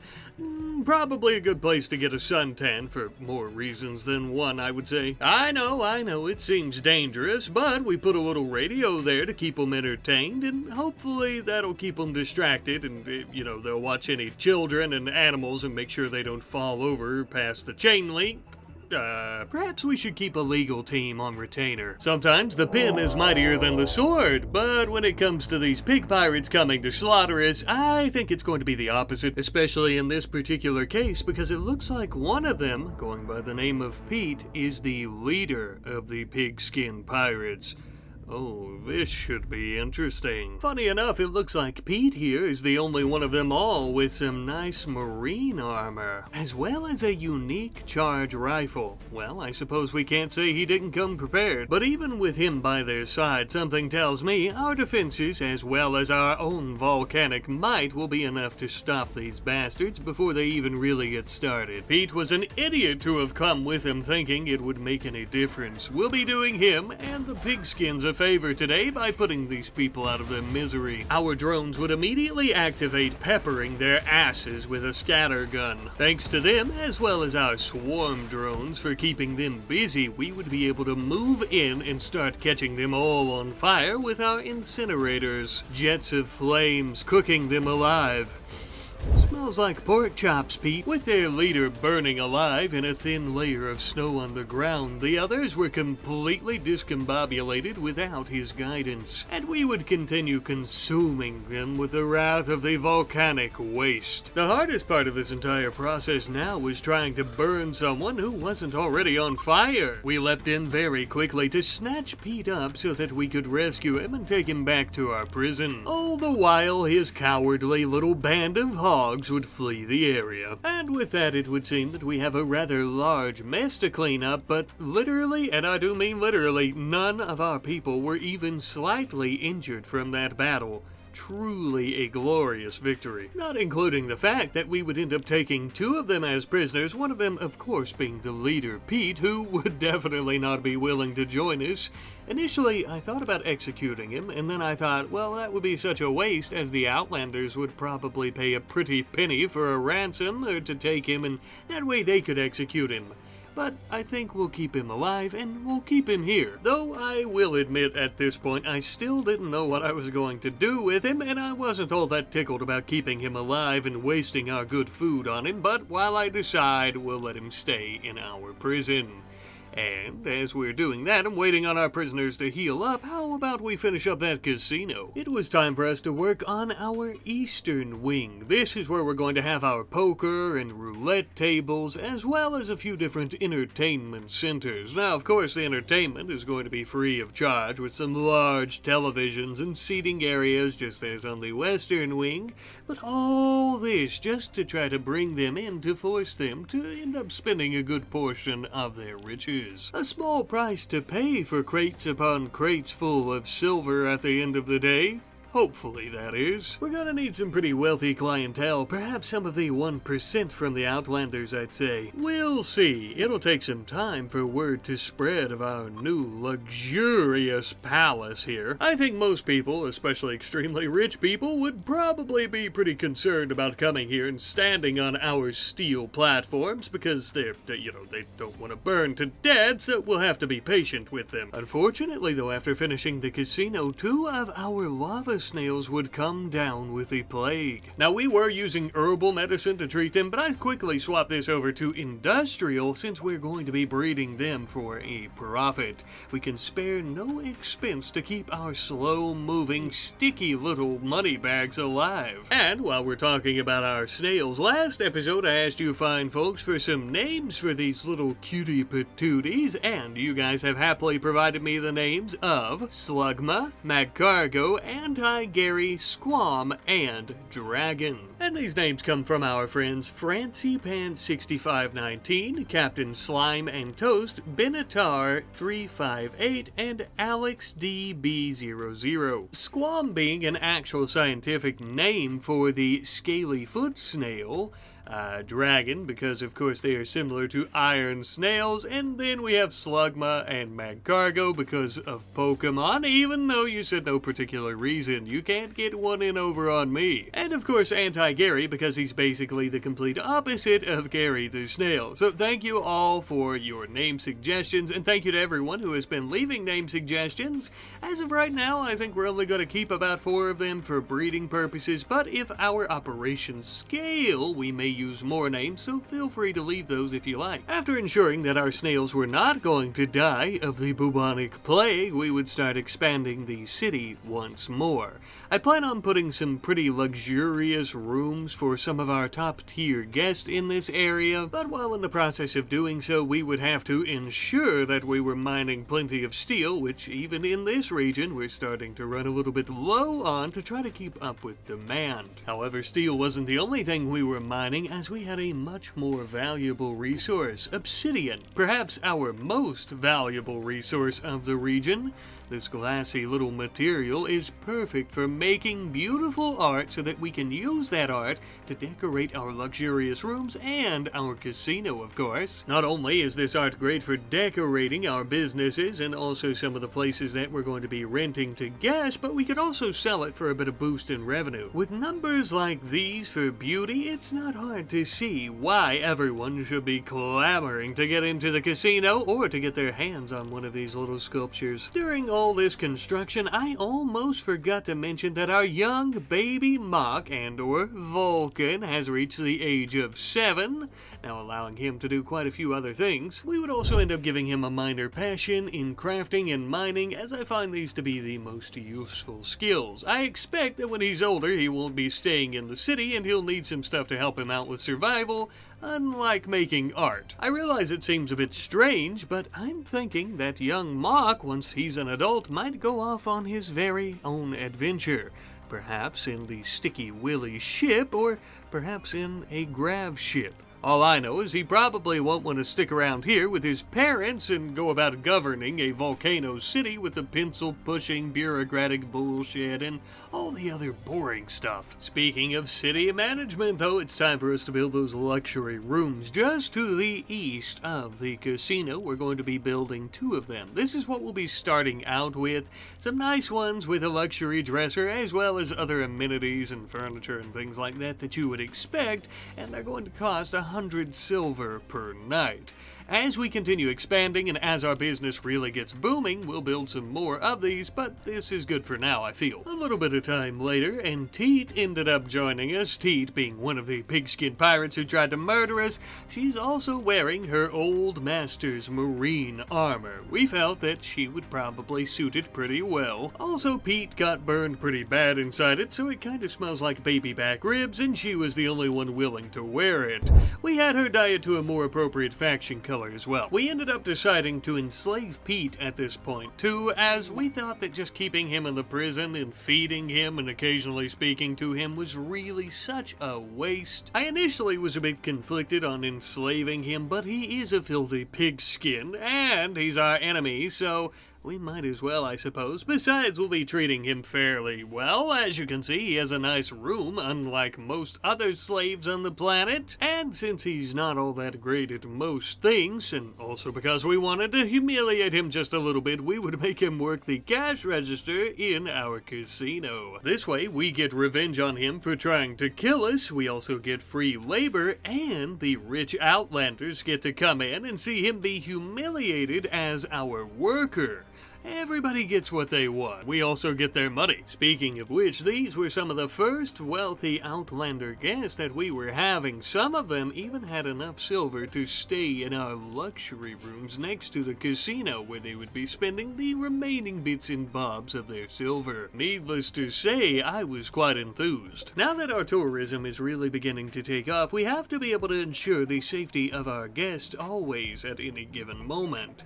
Now, of course, our soldiers are doing doing a great job with their flaming weaponry at warding off any threats, but I think a nice wall around the southern section of the lava lake would do good at keeping any unwanted pest out at all times as well. And we're going to be arming each entranceway into the city through this means with plenty of sentry drones, wasp drones, as well as even hunter drones and gun turrets, so on and so forth. This way, if our soldiers are dealing with a threat in a different area, our entranceway should be able to protect themselves, even if only for a short period of time, until we can come to the rescue. Once this was taken care of, it was time for a little bit of research once more. We're going to start with transport pods, as we'd like to eventually get to the point where we can build our own shuttles, so that's what we're gunning for now. We need these shuttles to have specific purposes within the city, so we're also of course going to be building a proper landing pad for our second one that we plan on creating. This one being in the southwestern part of the city, where our industrial and more touristic areas begin to blend together. A nice little buffer for them both, I feel. It was during this time we finished that research into transport pods, and we're immediately jumping into the knowledge of how to build our own shuttles. Since this can take a substantial amount of time, I thought about working on yet another project that can take a substantial amount of time, yet another platform. This one in particular, right next to our new shuttle bay and right next to our casino, the perfect place for a hospital. With it being in close proximity to our casino, it would be the perfect place for guests who may not be quite as experienced in living on a lake of molten lava, just in case something were to go awry. Realistically, this is probably one of the first things we should have built given our environment, but better late than never. A couple of days later, we finished up that research into shuttles, and of course we wanted to build one in the same design as our Sticky Willy, as they are immaculate, but we currently don't have any shuttle engines, and it will require two. With all that research out of the way, we started working on sterile materials. This would be perfect for our hospital and ensuring that any tending and surgeries go down quite well and have a great quality to them. I also want to mention the fact that it looks like our snails had a lot of babies. Now, they're a little bit too tiny to sell at the moment, and they won't fetch much of a price as adolescents, but it shouldn't take them very long to mature. And once they are, we'll sell them off for meat, or also maybe for people to keep as pets, whatever they want to do with them. And with that, my friends, our city is almost complete, at least over top the lava lake. Not to worry, I still have quite a few episodes planned out for this series and for our city, as there's still quite a bit that we can build in terms of residential areas and maybe some shops and businesses and things of that sort, of course. But, you know, the main goal of this series has been to build over top the lake, and we've almost completely accomplished that, almost completely filling it all out for the most part, as much as I'd like to, that is. And I just want to say that I am grateful. None of this would have been possible without you guys for supporting this series and also for giving me suggestions and telling me what you'd like to see, so thank you. Thank you guys so much. If you'll excuse me just a second though, it looks like we have a few walking and or crawling, in the centipede's case, tin cans that need to be smashed. These homicidal microwaves were coming right for us, but thanks to our new walls, it looks like they're going to have to try to plan out with their CPUs how to get around them, giving us the perfect opportunity to prep our mortars.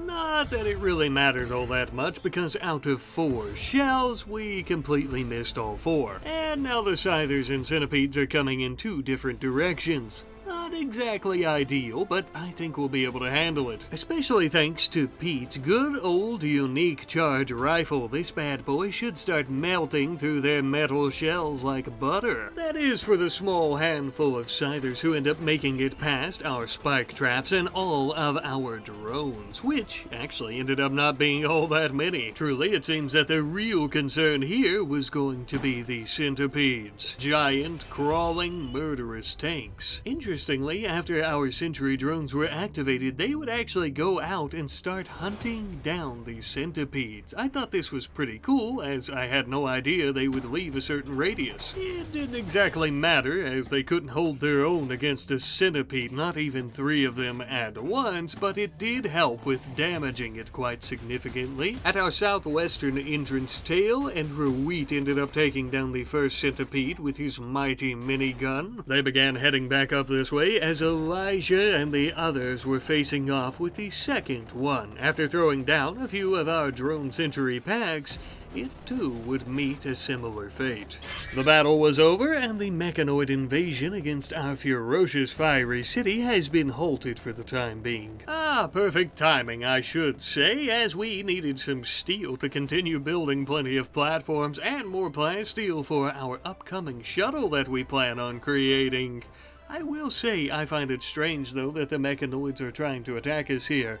Perhaps they are looking for some of these rare earth minerals that are in the region. I would guess their hive needs it for circuitry and other electronic parts. As we were shredding these old walking soda cans, we also finished our research into sterile materials. Now we can start building that in our hospital. But first, it would seem that our snails have finally matured, and it's time that we harvest our breeding crop. And by that I just mean selling them off to some orbital exotic traders who are looking to buy them. While we're here, we might as well sell off some of those obsidian sculptures, especially since these shuttle engines are crazy expensive and we needed 2 of them. Sure, we didn't end up making any profit on this little trade deal, but on the bright side, we could finally create a counterpart to our Sticky Willy. Sticking with our system of naming our shuttle ships, let me know what you guys think we should name this little fella. I think we'll mostly be using it to accompany the Sticky Willy once we go out on adventures, maybe conquering some people, or maybe venturing through some abandoned ancient warehouses and junkyards, stuff like that. It has a close proximity to our snail farm, so it definitely also has the potential as a trade vessel. You'll also notice it's also within close proximity to our hospital. That way, if we have any guests there that need to be flown out, we can do that, or on the flip side, if we have any of our people who are very injured from an adventure, they'll be landing right next to the hospital so we can ensure they get the best care possible as quick as possible. And speaking of course, we want to go ahead and put those sterile tile flooring into all of our operating and tending rooms, which we quickly finished up, and we are ready for business in here ASAP. Before we call it quits today, though, I want to finish us off here in the city with 2 new residential areas to the south of our casino. We have a growing population that I would like to continue growing and growing and growing along with the rest of the city that's not over top the lake.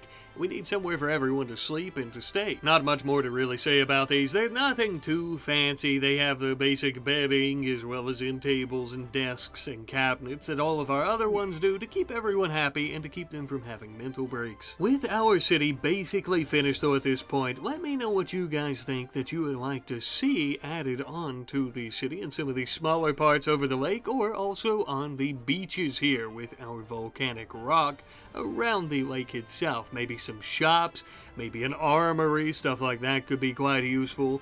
I'll tell you what I'm thinking though. If we end up building more shops and businesses similar to that of our casino, where Pete here is enslaved and working, perhaps there are some other factions who could be enslaved as our workforce. And who better to work inside a flaming city than those who are fireproof like the Impids? Perhaps next episode we'll have an Impid workforce the likes of which you've never seen before, with the manpower equivalent of a small army, keeping our city running like clockwork day in and day out.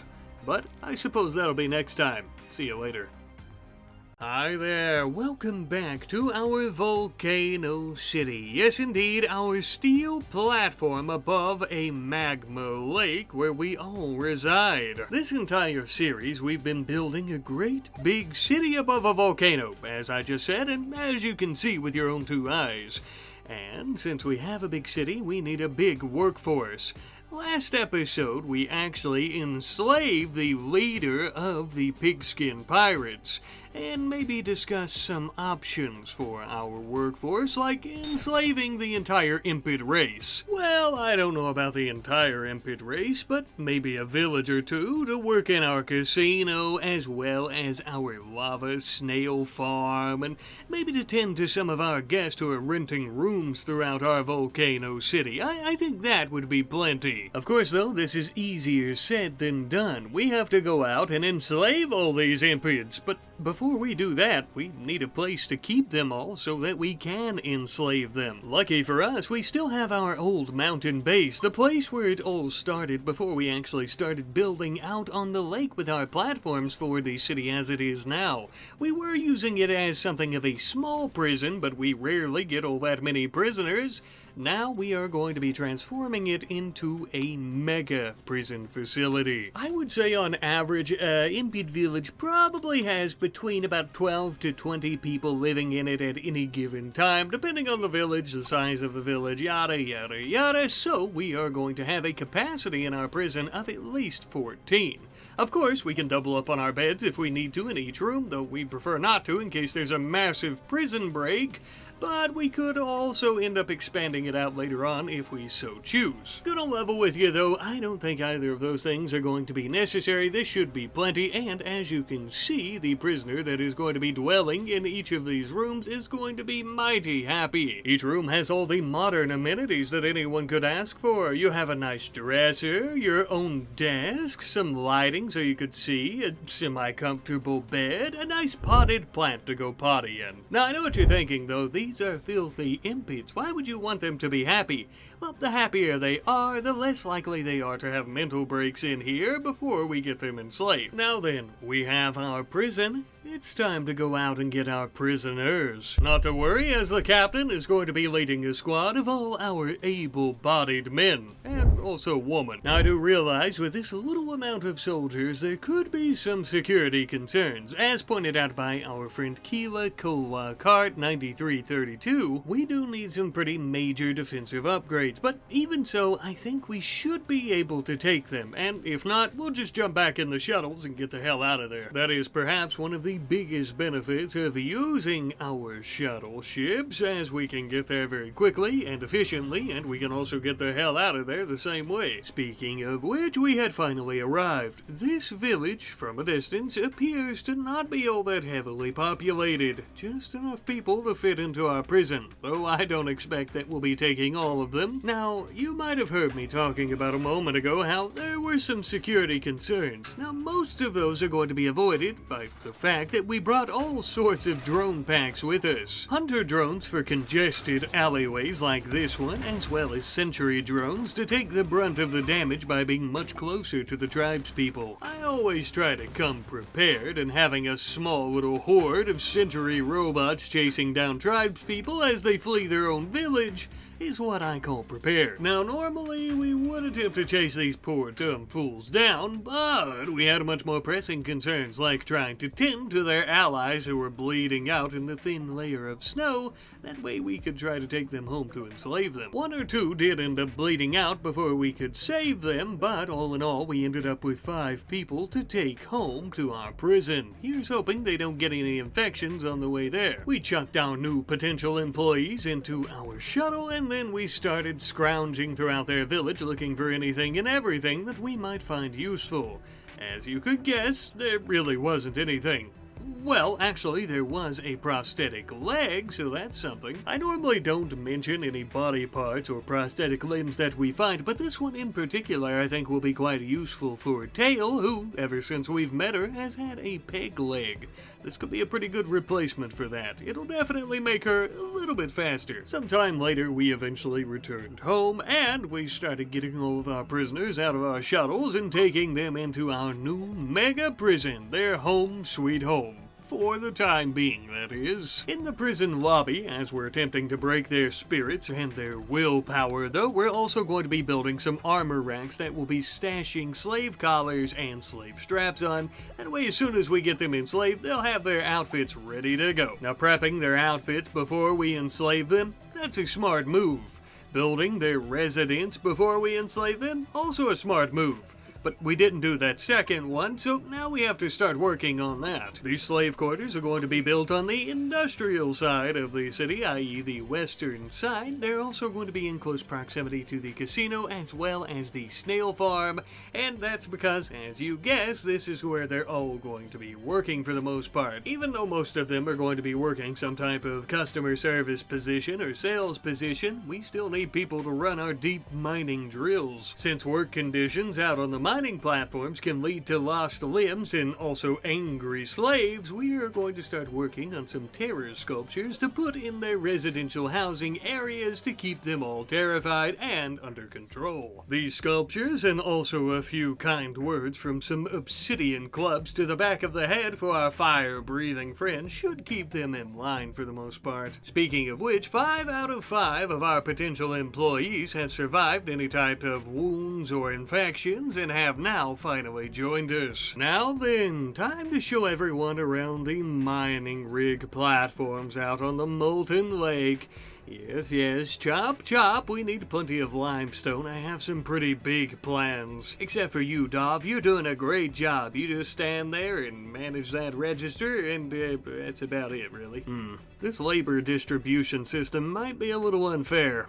Oh well. However, all this conquering, this bloodshed, this murder, this me going and killing an entire village worth of people except for 5 of them and taking them and forcing them to be employed in my city is worth nothing if we don't have some proper uniforms for them. So, that's exactly what we ended up making them. And you know what? I think they look pretty good. We ended up giving them an orange prisoner jumpsuit because, well, they're prisoners still technically, even though they're enslaved, and we went ahead and dyed all their warmer winter apparel a nice orange as well. Not only this way is it going to be better looking on them, but it'll also help us tell them apart when we're in a bit of a pinch, like when we're getting raided. Look, I don't think I need to explain to you just how detrimental it would be to our society here if I accidentally had one of them equip a Hellcat rifle. Now, other than trying to avoid uprisings with our new workforce, we are also going to be performing a few medical procedures on Tail, and by a few I mean one prosthetic leg, which went down perfectly. Now with this, instead of a peg leg, she'll be moving, well, still not quite as fast as a normal leg, but a little bit faster. A little bit of time later and I realized we have a lot of lava snails that are mature and ready to be sold off to the highest bidder, which in this case is going to be our nearby Outlander allies,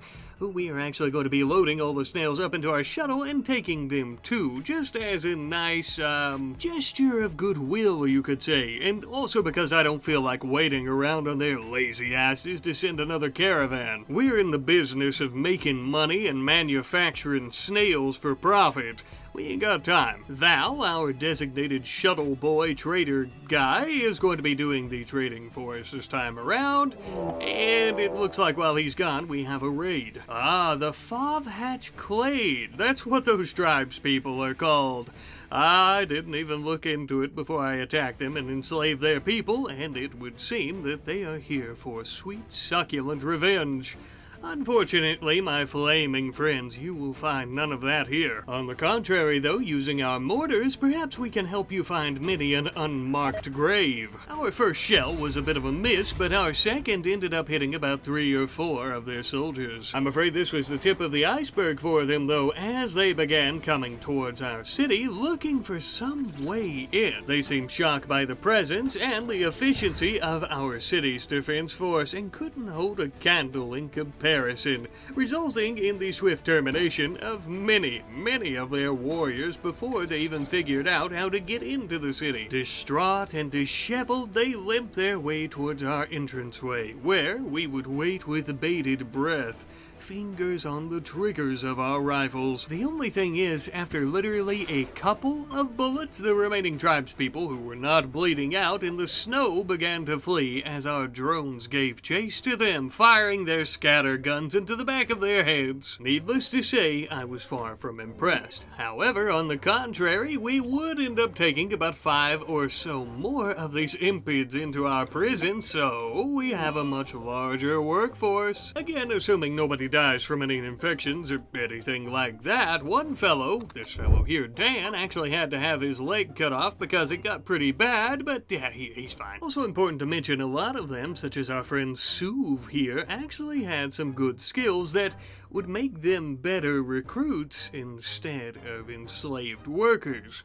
So, rightfully so, we decided not to enslave Duve here, and he's going to be joining us. Yes, I know, I said I was going to enslave enslave the impids, but did you see the shooting skill on that fellow? My god, what a waste it would be not to put a rifle in his hands, and I can only do that if they're not chained up to a register in our casino. That's just how it works, folks. Now, while we're attempting to enslave many of these impids and to recruit a couple of them, what do all prisons have? Prisons have guards. Some guards who actually stay at the prison at all times, that way they can keep an eye out on the prisoners. So that's exactly what we need, but if we're gonna do that, we need to make some prison guard rooms here. That way our folks who are going to be working inside our impid mega prison don't have to go all that far to perform their duties. You know I like to talk and over-explain things, but I'll try and keep it simple here. These rooms are basically the exact same thing that everyone else has, just under the mountain here inside the little mega prison that we're building. Except in the hallway, we do have some employee lockers where they can store all their things, like, I don't know, batons to beat impids with, and stuff like that. Oh, speaking of, by the way, 4 of the ones that we ended up capturing are now enslaved and will be doing plenty of work all over the place. As a matter of fact, you'll see them now working on a prison guard armory under the mountain here as well. Perhaps one of the best things is when they're not mining on the drilling rigs, or in the casino or places like that, the snail farm. They're actually helping out with a lot of construction, which is so crucial. Now that we've got a makeshift armory thrown together for our guards, I think it's time that I introduce you to them. We have Suv and Hirak. Look no further. Who better to discipline and to take care of impid prisoners than 2 impids themselves? Now, some people will tell you that this poetic hypocrisy of having these 2 impids become the first 2 guards to guard the other impids is just because Mayor Elijah hates any dirty, filthy impids in the city, and he doesn't want any like this who have joined us working there. And while yes, that is true, I kind of forgot what I was saying. Moving on. Now, it must be said, credit where credit is due. Thanks to our new impid forced workforce, I should say, our manpower and our mining operations are off the charts, quite literally. Now, with our mining being as efficient as it is nowadays, we can also mass produce stone blocks, which can also be used for construction, which is a pretty big thing for an expanding city. And also, not only do we use them for construction now, but we'll be using them for some sculptures. Once we run out of wood, that is. See, the best thing about all this manufacturing and production is that we can make a lot of money for the city off of it, like when we sell off all these sculptures that we've been creating for, well, it wasn't all that much, but it was something. Speaking on our manufacturing, though, one of our shuttles last episode that we created, I asked you fine folks for a fine name for it, and so we have one. It will now be known as the Escargot Runner, and this splendid name is provided to us by our good friend Wakakule12. A very fitting name given its proximity to the snail farm and also the fact that we've been stuffing it full of snails for trade recently. Moving on though, I think it's time for a little bit of construction. You remember our old recreation building? Yeah, me either really. Who remembers that ever since we built the casino where everyone can enjoy themselves and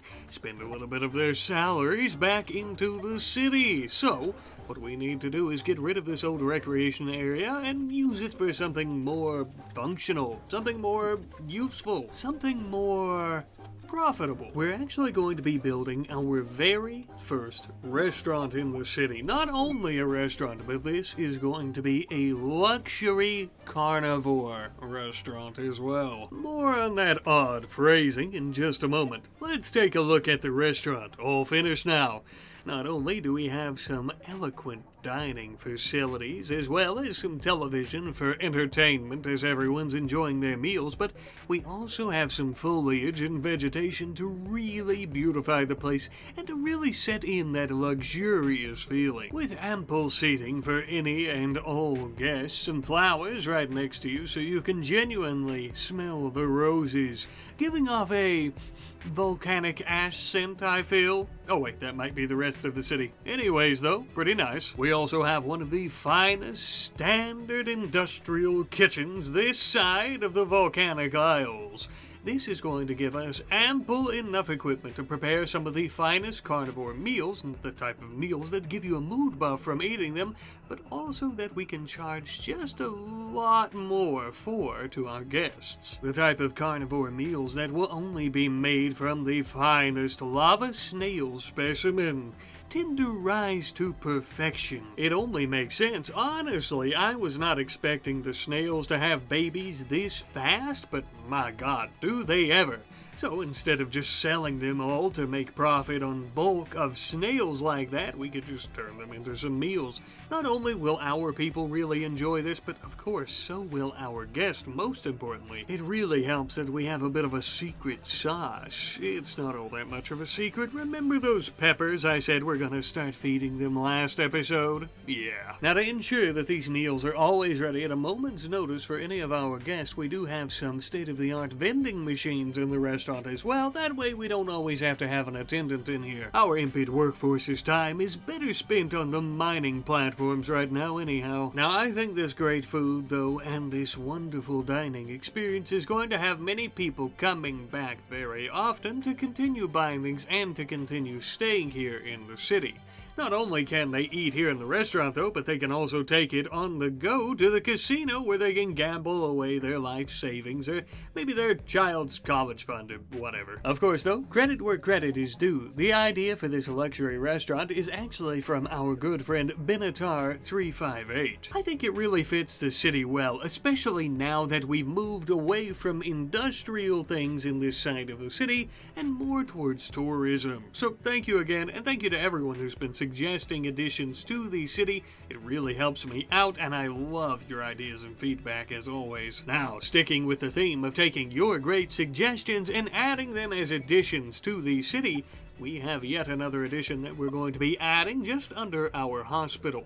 This is a place that I think many of our guests and also our injured folks, or just anyone who wants to visit, of course, even the impids for God's sake, completely free of charge, will love. This is going to be a botanical garden. A place that will stand out as a statement and a testament of beauty and growth and life and just the will to survive. In the most hostile of environments, we have thriving gardens and basically little miniature parks. Obviously, we have a lot of vegetation here, mostly flowers and trees and some bushes. You will notice that we have some overhead trestles here, as you're seeing, so there are flowers on the ceiling as well. And you'll also notice we have a large fountain, some seating, and a diagram of the planet where people can kind of learn more about volcanic activity and the different biomes and more educational stuff.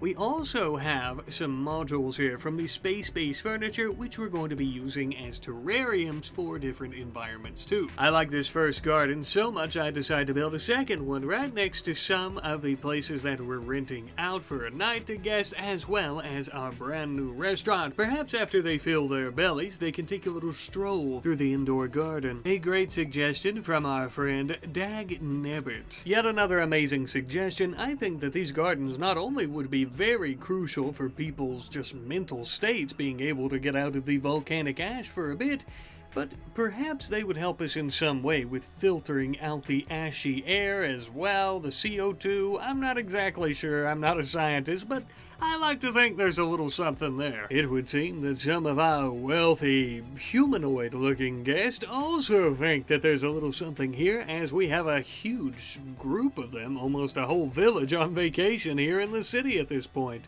spending a lot of their hard-earned silver, I might add, meaning that we are really collecting large chunks of change at this point. Finally, we get to witness our industrial and power-producing powerhouse of a home become a powerhouse tourist destination of well renown. It would seem the tourists aren't the only ones stopping in. We also have a slaver caravan. I'm not interested in selling off any of my impids, of course, as we desperately need them, but we could purchase ourselves quite a few soldiers. I introduce to you Nikki, Pyra, Banson, and Dominguez. We're actually going to be evenly splitting them. 2 of them will work in the prison alongside our other 2 impids who have recently become guards, and 2 others will help patrol throughout the city and just kind of go about their day-to-day lives as everyone else does. I also realize it's a little hard to tell their uniforms apart right now, so we're going to be working on that too. We're actually going to start researching fabrication, as it is a prerequisite, the prerequisite, into recon and marine armors, which is going to be our next project. Now, because we know fabrication can be an absolute bitch, we are going to be building yet another high-tech research table, doubling up our research speed and meaning we'll be able to complete it in half the time. Which also means the research should be completed by the time that we finish a little hotel just on the outside, or as I like to put it, on the beach of the lava lake, for some of our more skittish guests who might not want to actually sleep on the lake itself. We are going to be charging 60 silver because even though it's not quite as nice being on the lake and getting the same scenic views, the rooms are quite a bit bigger than usual, so I think it's fair. Ah, and would you look at that? We did indeed finish fabrication a little bit after this was completed. Now we can jump right into recon armor. But as we're doing that, it looks like we have a lava emergence. We were none too tickled about this, as it was actually emerging onto the platform, so we immediately moved the sticky willy, but after a day or 2, I noticed that the lava wasn't exactly overflowing enough to overtake any more parts of the platform. It would seem that we've built our city just high enough this time. And then a few days later, something incredible happened. Young Vulcan here is finally 13 years of age. He's basically a man, at least in RimWorld standards, and as such, he can finally put on his papa's armor, filling his father's shoes.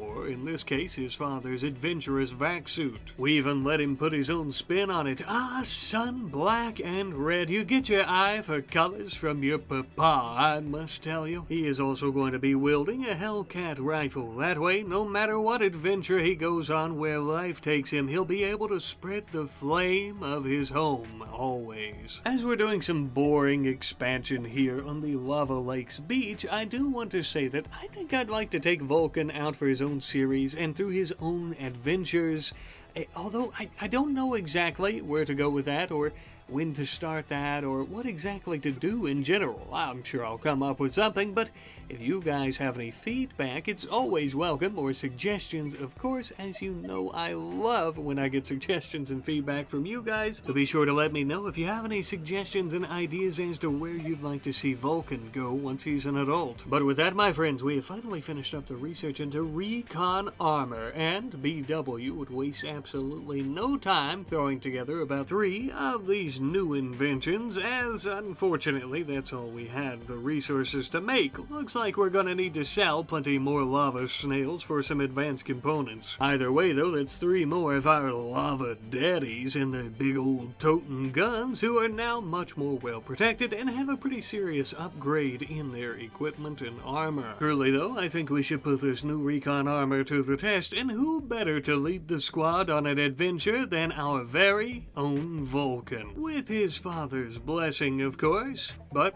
that'll be next time. See you later. Hello, my magma lake-dwelling compadres, and welcome back to yet another episode of our Volcano City in RimWorld Odyssey.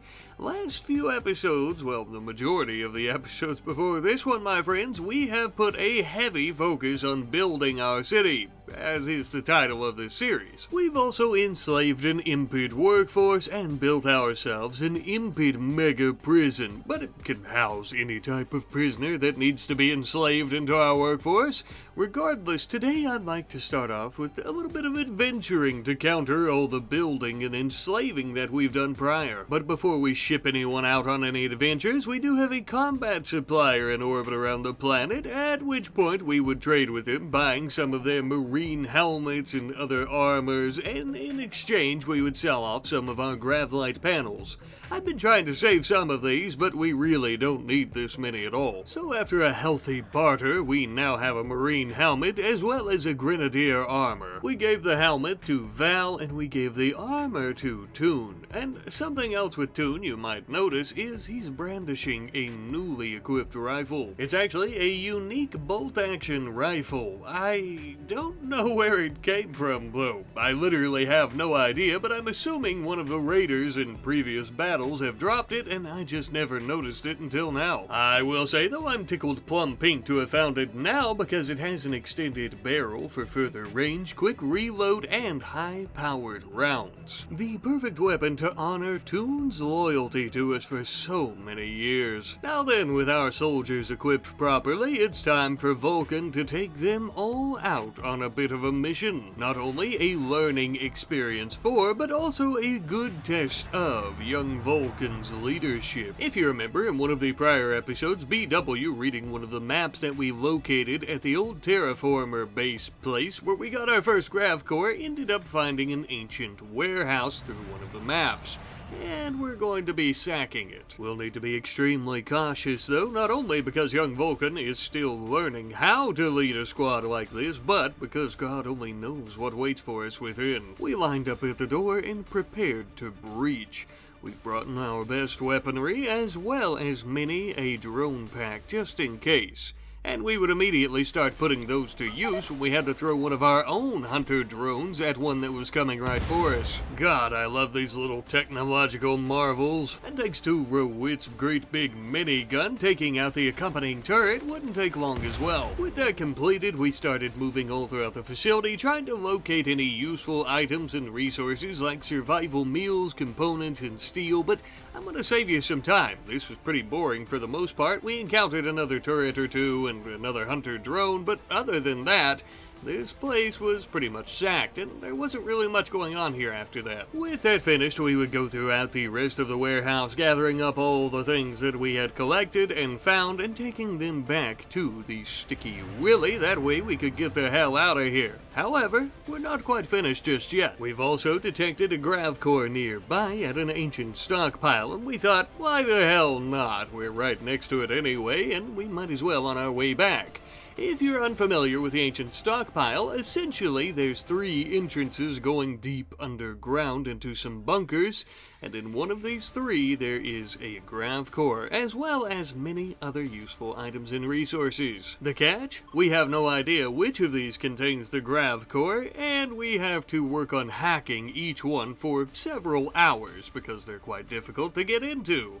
So, let's skip that part. After hacking our first, the entire squad would enter the underground bunker. As with all ancient ruins and locations, we need to be extremely cautious. This place could be our very own personal treasure trove, or it could become our tomb. Let the exploration begin. We were quite careful here to keep all the doors behind us held open, propped open by some rubble or rock or whatever we could find. That way, if we needed to make a quick escape, we could easily do so. We ended up finding some useful items like survival meals, medicine, stuff like that once more, as well as some other things, I think. I can't really remember exactly, as there were 3 of these, but there was no grav core, and that is the main point I'm trying to make. Moving on to the second one, Toon decided to blast a hunter drone with his high-powered rifle, which damn near caused him to die. But thankfully, he didn't, and we had a little bit of herbal medicine with us that he could try to tend to himself with. If I were a smart fellow, I would have made some shield belts or purchased some for them to use for things like this. Throughout this bunker, we found an animal pulsar as well as a psi trainer, 2 things that I really didn't care about. And of course, we found some of these smaller things like meals and medicine and blah blah blah blah. I think it's about time we get the hell out of here because the grav core's gotta be in the 3rd one. And, funny enough, immediately after entering the 3rd one, in like the 2nd or 3rd room we went in, there it was, the grav core and many gravlite panels. That was easy. Now technically we got what we came here for, but we would end up exploring the rest of this third and final bunker for anything useful. Funny enough though, there really wasn't much here, except for some swarm drones that we had to kill, and I'm sure meals and whatever else that we've been finding throughout the rest of them, but nothing very unique, I'd say. With that, we would return home back to the city, unloading all of our cargo, going to eat some meals as our forced workforce comes in to haul it all for us. Such good fellows and fellowettes, aren't they? As they're doing the hard work, young Vulcan would report back to his mother and father about his successful missions. Count 'em, two successful missions, the warehouse and also the ancient stockpile. Keep in mind, the boy is only 13 years old. He just turned 13 not long ago.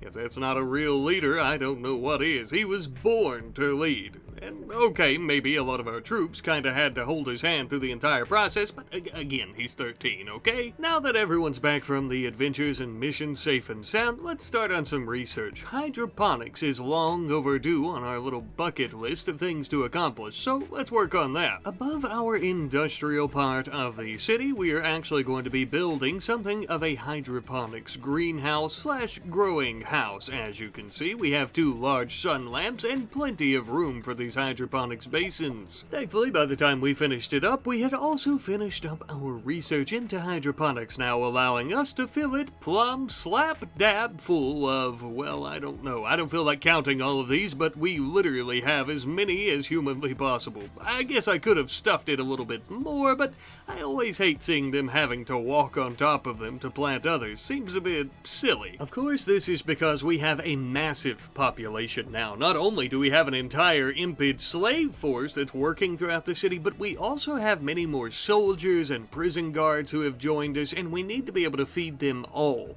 Of course, we have other growing zones as well, but with our hydroponics, I think it's going to be a great addition, and it's going to be a great help with feeding all of them. Not only are we growing more food, but we're also growing more diverse foods, so eggplants, peppers, all kinds of stuff, and at some point, I think we'll be able to feed everyone some fine vegetarian meals. And we can also start focusing on basic grav tech. Now, we've been putting the grav ship off for some time, but I think today's episode is probably a good episode to work on it. And as we're working on that research, we also have an ancient danger that is just east of the city. Up until this point, we've never touched it because God only knows what could wait within. I think that we are finally ready to do so, though, at the point where we could overwhelm the ancient danger without any real significant threat to ourselves. And after cracking it wide open, I'm quite glad we did, as there were several mechanoids within. But nothing that we couldn't handle, of course. We tossed out a drone sentry to help us out, but funny enough, they ended up shooting one of the cryo-sleep caskets, awakening some ancients, and we just kinda sat back for a minute watching the 2 parties kill one another. As kind as it was for them to go about finishing those mechanoids off, I'm afraid there's still a threat to us and to our society that we've built, so we'll need to deal with them promptly. Shooting them down, incapacitating them up until the point that we could come in, swoop them up off the ground, and take them to our prison to be healed, as well as to become possible slaves in our workforce, or maybe even prison guards and soldiers. With them cleared out of the way, though, we would come through and start trying to knock out some of these fires before they destroyed the cryo-sleep caskets and all the wonderful resources that we could get out of them, as well as some of the weapons and what have you that had been dropped by the ancients, like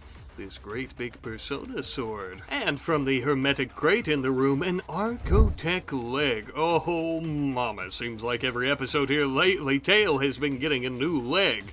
But this one I think will be her last, especially since the Archotech legs have a higher efficiencies than the biological one that she's born with, which is long since gone, of course, but it's exactly what the doctor ordered, no pun intended. After getting all these ancient folk back into our prison, it seems like they all have the possibility of joining us as soldiers instead of slaves, so the armor that we're stripping from them right now, we'll give it back to them at a later time when they've learned to behave themselves. After we got them all patched up, we also finished that research into basic basic grav tech, which was not all that difficult to do, and we started on standard grav tech. As you could guess, we're just gonna keep making our way up through this tech tree. A bit boring, but something interesting. Toon started implanting this Archotech leg to tail with some glitter world medicine that we had also found in the ancient danger, and obviously the surgery went down perfectly thanks to all these factors, and soon she'll have a much more efficient walking speed, with the Archotech leg lashing itself into her body as if it were made for her. While we're on the topic of things that we found in the ancient danger, let's take a look at that Persona sword. A closer look, if you will.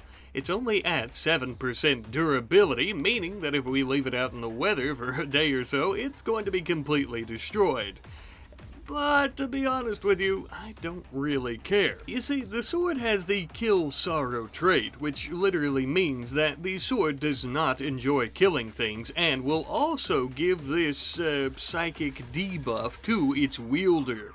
Initially, I wanted to give this to Elijah as our leader and as our mayor, but a sword that doesn't like killing things, it's going to make him depressed? This thing is useless. We may end up selling it, or we might just chuck it into the lava. I don't know yet. What I do know, though, is that it's finally time for us to get a start on this grav ship. Now, we don't have a lot of room for a grav ship, so we're going to actually have to start mining out some of these mountains here. That way we can make a launch and landing pad for it properly.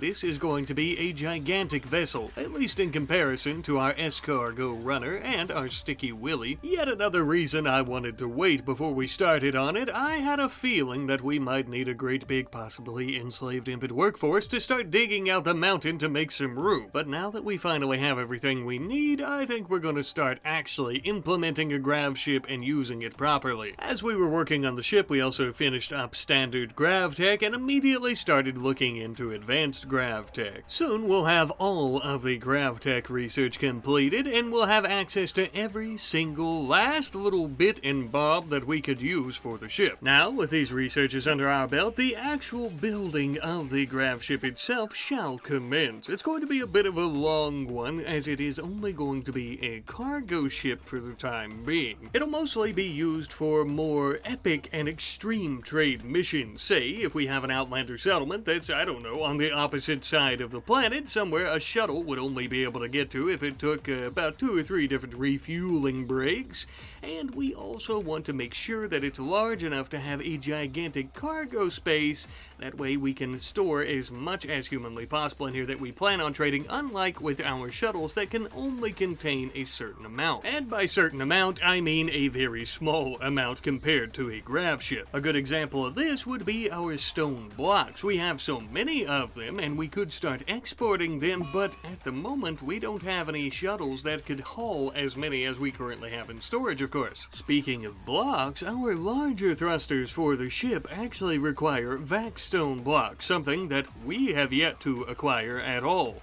Looks like we're gonna need to take a trip to space. Well, low orbit around the planet, but you know what I mean. A bit of time later, and we had also finally recruited the 4 ancients that we found in the cryosleep caskets inside the ancient danger when we were slaughtering those mechanoids and most of their friends. But not to worry, they're not worried about that. They're our compadres now, which I'm quite glad about because many of them already have a lot of vast knowledge about piloting throughout the stars, perfect for our grav ship crew. They also have a few high skills and also some body modifications. Felix here is a good miner and also has a drilling appendage to assist him in this task, so obviously he's going to be great for mining asteroids as well as the mountains here on the planet. And then we have Heath here, who is quite the researcher and also has a neurocalculator, which will increase their intellectual ability for researching, but also for piloting a grav ship. Speaking of which, we've now finished up the research into advanced grav tech. Absolutely perfect, because now we can start working on the internal portions of the ship as well. We need not only a gigantic cargo space, as previously discussed, but we also need some crew quarters as well. As you can see, we ended up building 5 large cargo areas for all of the items that we plan on trading, and we also built about 4 or so shelves for some smaller things, or perhaps some things that the crew end up finding or want wanting to bring with him, I suppose. We've also added in 4 beds, one for each crew member, speaking of them, and they also have an end table each, some lockers for their belongings, stuff like that. Nothing too special, but a decent place to lay their heads at night.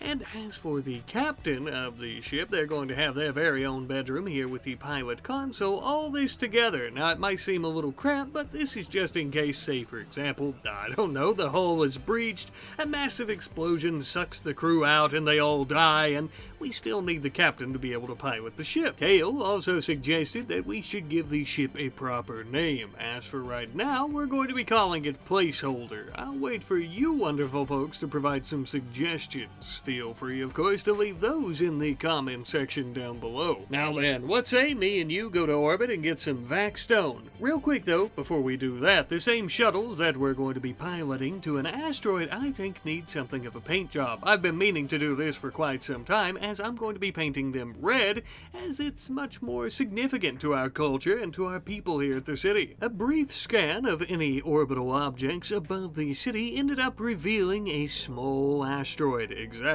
what we needed. We don't plan on being there for too long, so we're going to be taking a very small crew. A crew that is mostly comprised of folks with some pretty fine mining abilities, and is going to be led by Vulcan, who isn't exactly the best miner, but he's got to learn somehow. And what better place to learn than an asteroid orbiting the planet at a crazy velocity that could have a lot of dangers, where if you literally take off your helmet or suit at any time or get a pinhole pricked into it, you're probably going to die. Anyways, we started mining the asteroid. We were as cautious and as swift as we could be. We were starting to get a little buildup of some vacuum exposure, so we would jump in and out of the shuttle during this time to try to avoid that as best we could. Once we had mined out this large spot here, we started gathering all the chunks back up and putting them into the shuttle, and with that, it was time for us to head back home. Obviously, this little excursion into space, even though it was for mining purposes, was pretty extraordinary for everyone involved. Some of them had already been, like our ancient Felix, but for the young 13-year-old Vulcan, this was like no trip he'd ever taken before, even though, at his young age, he has the weight of the world on his shoulders. Now that we have all the vac stone finally back at the city, though, we started having everyone cut it into stone blocks, and shortly thereafter, we now have 4 brand new large thrusters on the back of our cargo ship. And thanks to our impet workforce for fueling up the tanks while we've been gone, it is ready to go. Well, not quite ready to go. It does need a similar paint job, I would say, corresponding with our shuttles and with our culture and city and blah blah blah blah blah, all that same stuff I said a moment ago. And so naturally, I ended up going with a volcanic red and volcanic ash black. I think it's pretty fitting. I also ended up adding 2 new rooms onto the ship. I have a brig here on the right for any prisoners that we may find while we're out on trade missions if we're attacked, or maybe ancient dangers, stuff like that. And then on the left, we actually have a GravTech shuttle, operating with the same type of technology that the Grav engine utilizes instead of the standard thrusters. Other than that, it is basically just a standard small shuttle. There's a few reasons for this. We can't actually land the Grav ship at other people's settlements because they'll take it as an act of war having this big behemoth landing there, even if we try to communicate with them ahead of time. Most of them don't have enough surface area for us to land this anywhere near there. So the shuttle is going to kind of serve as our tiny boat aboard the big boat that will be taking our goods to these places. And just as well, we'll be using the shuttle to load things onto the ship itself, because this is much more simple than just having to go through every time with the cargo bays and designating a priority and specific things that we want on it and what we don't and blah blah blah blah blah. Basically, I built the shuttle because I had to. Now then, the young Vulcan, being the son of Elijah and Tail, the mayor and mayorette, is going to be the captain of the ship. Well, realistically, it is going to be Heath, but Vulcan is going to be learning the ropes. That way, when he comes of age, this ship and its crew shall belong to him. But without further ado, let's take this bad boy out for a test flight, huh?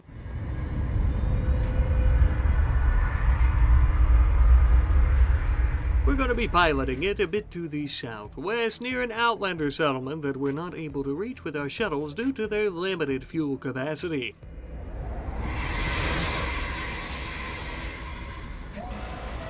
One of the best parts is, since we use the shuttle as a way to store our cargo before putting it in the cargo bay, if we don't want to just worry about sorting through things, we can just take it straight to the Outlanders, do a bit of trading by selling off all these textiles that we ended up bringing with us, and we are golden. Making so much money, in fact, that we could even purchase ourselves a monosword for some of our more melee-inclined soldiers. Again, though, this is simply just more of a test of how the trading will work and our maiden voyage for the ship.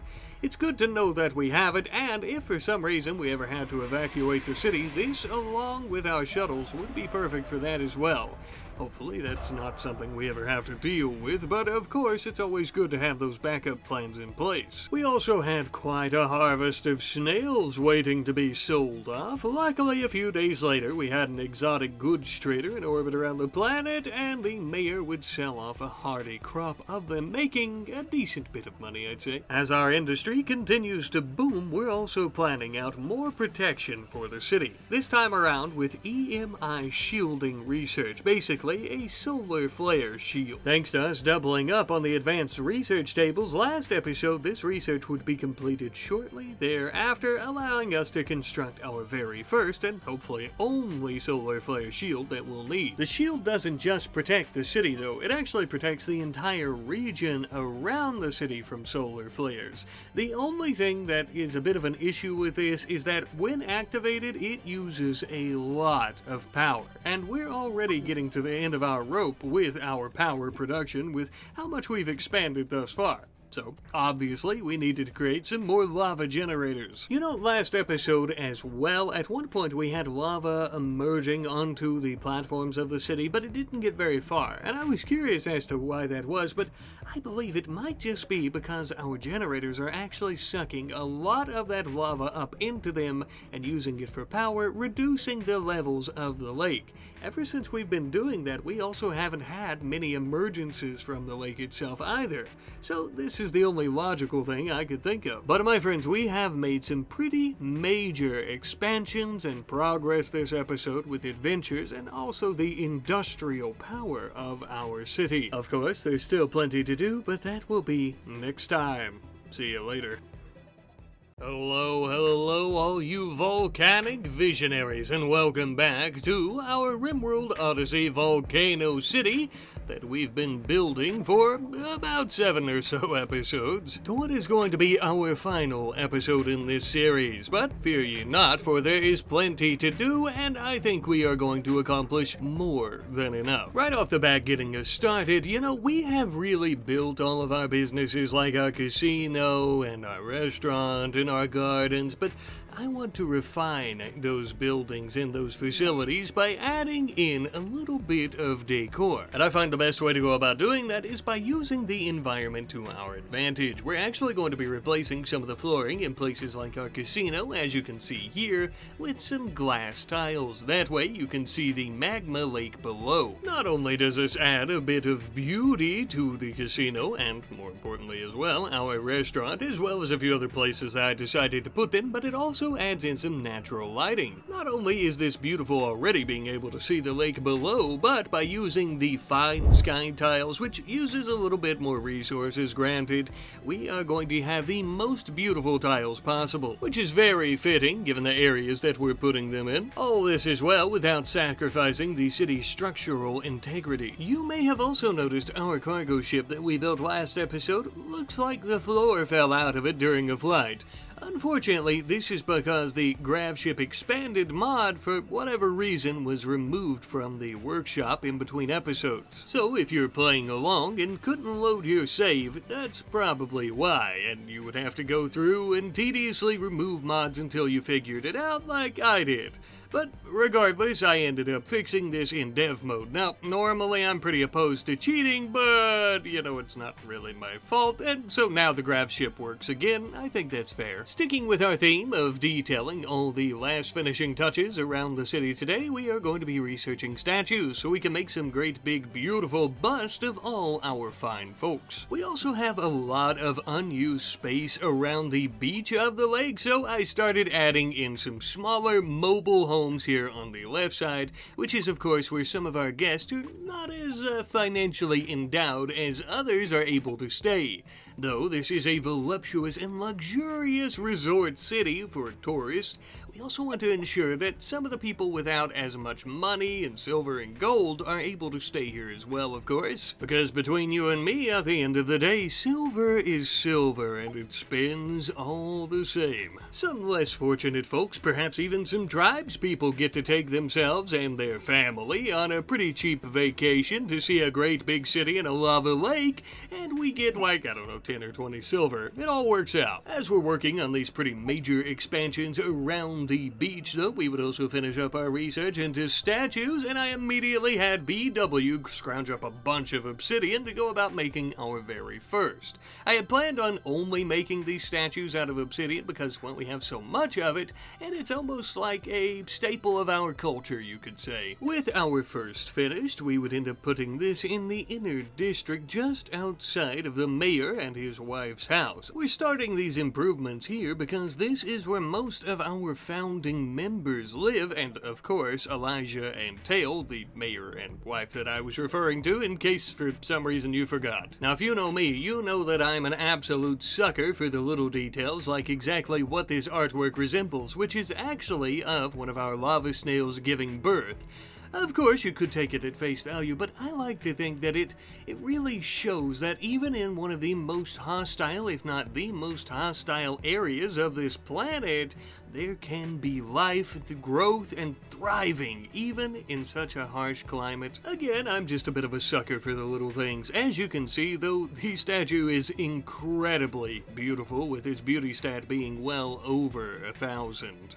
Pretty insane. Again, great for any guests that visit the inner city, but also for just keeping the morale of our people sky high. And that's exactly why we're going to keep building them. We actually built 2 of them that are going to go in front of the entranceways of our casino, one of which holding a musket and having a pretty interesting looking outfit, which is actually my favorite statue of all, and as you can see, we also ended up putting one right slap dab in the center of the casino as well. If our guests weren't having a good time before, which they were, they're definitely going to now, so it's going to be much, much better. As they say, when rich tourists are in a fancy place like this, they're more willing to spend more of their money. You may have also noticed there that we were painting some of our walls in all of our buildings like the casino and our residential housing. Now the reason that we're doing this is because I can't stand seeing that gray on gray with the actual foundations and platforms that the city's built on, and then we also have the exact same colored walls, so I wanted a little bit of a difference there. Even though it's not much, I think it helps out quite a bit. And though I won't bore you with all the painting, we ended up painting every single building within the city that's actually on the lake itself. As we continue improving the city, I do think that we should work on our defenses. Now, of course, we have some great traps, we have some great walls, we even have some turrets here and there. One of the biggest things that we need to work on is ensuring that the city never has to worry about an attack again. And as such, we are going to be working on some orbital cannons to protect it. Of course, before we can do that though, we need to research uranium slug turrets. As we're working on that research, we are also going to be working on some proper roadways all around the outer city that is on the beach once more, that we just expanded with some gravel pathing. Not only in this area that we're going to be renting out, but also on the eastern side where we have some more residential housing for soldiers who end up joining us. Now, I know, gravel pathing, right? It's not the most beautiful pathing, and it's by far not the most efficient pathing, but again, I really can't stress just how volatile the actual volcano is in the lake of magma, so if we have some good roadways, sure, they look great and everything, but if we end up having lava emerge onto the beach again, we're going to end up losing those roadways, so I don't want to pave the streets with gold because it'll end up just getting melted, right? Who cares?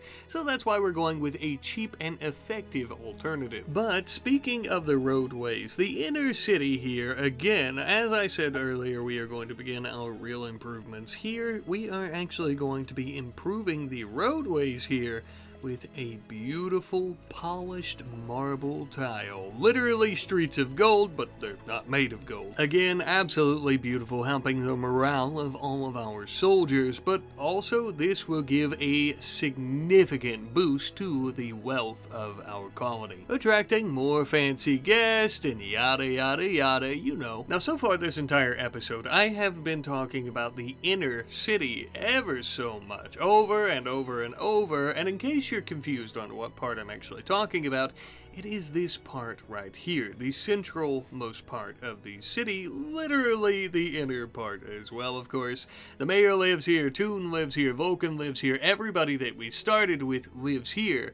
So I want it to be as nice as possible, but not only because that, but also because these roadways going through the central part are how you end up getting to the casino and how guests get to their rooms, so they have to see it, and so we want it to be nice. As we were finishing up improving this part of the city, though, we also finished our research into uranium slug turrets, and now we can start working on the orbital weaponry that we were talking about a few moments ago. I also want to take a second to name our restaurant that we built recently, our luxurious restaurant, and we are going to be calling it Meat Cove, which is a name from our friend Proteus8100. Very fitting name, seeing how it's basically a carnivore restaurant specializing in escargot. Now, something that we've been utilizing inside our restaurant are the vending machines that allow our customers to pick up a nice hot meal with very minimal effort from us who have to serve them, of course. This is actually something that I want to implement all throughout the city, even in the more rural parts, I suppose you could say, on the beach here. We want to make sure that everyone has enough to eat and that it's easy to access. For obvious reasons, we're going to be filling most of these up with simple meals, and of course we're not going to be charging any of our soldiers or employees, even our slaves, of course, our impid workforce. They can use the old employee discount.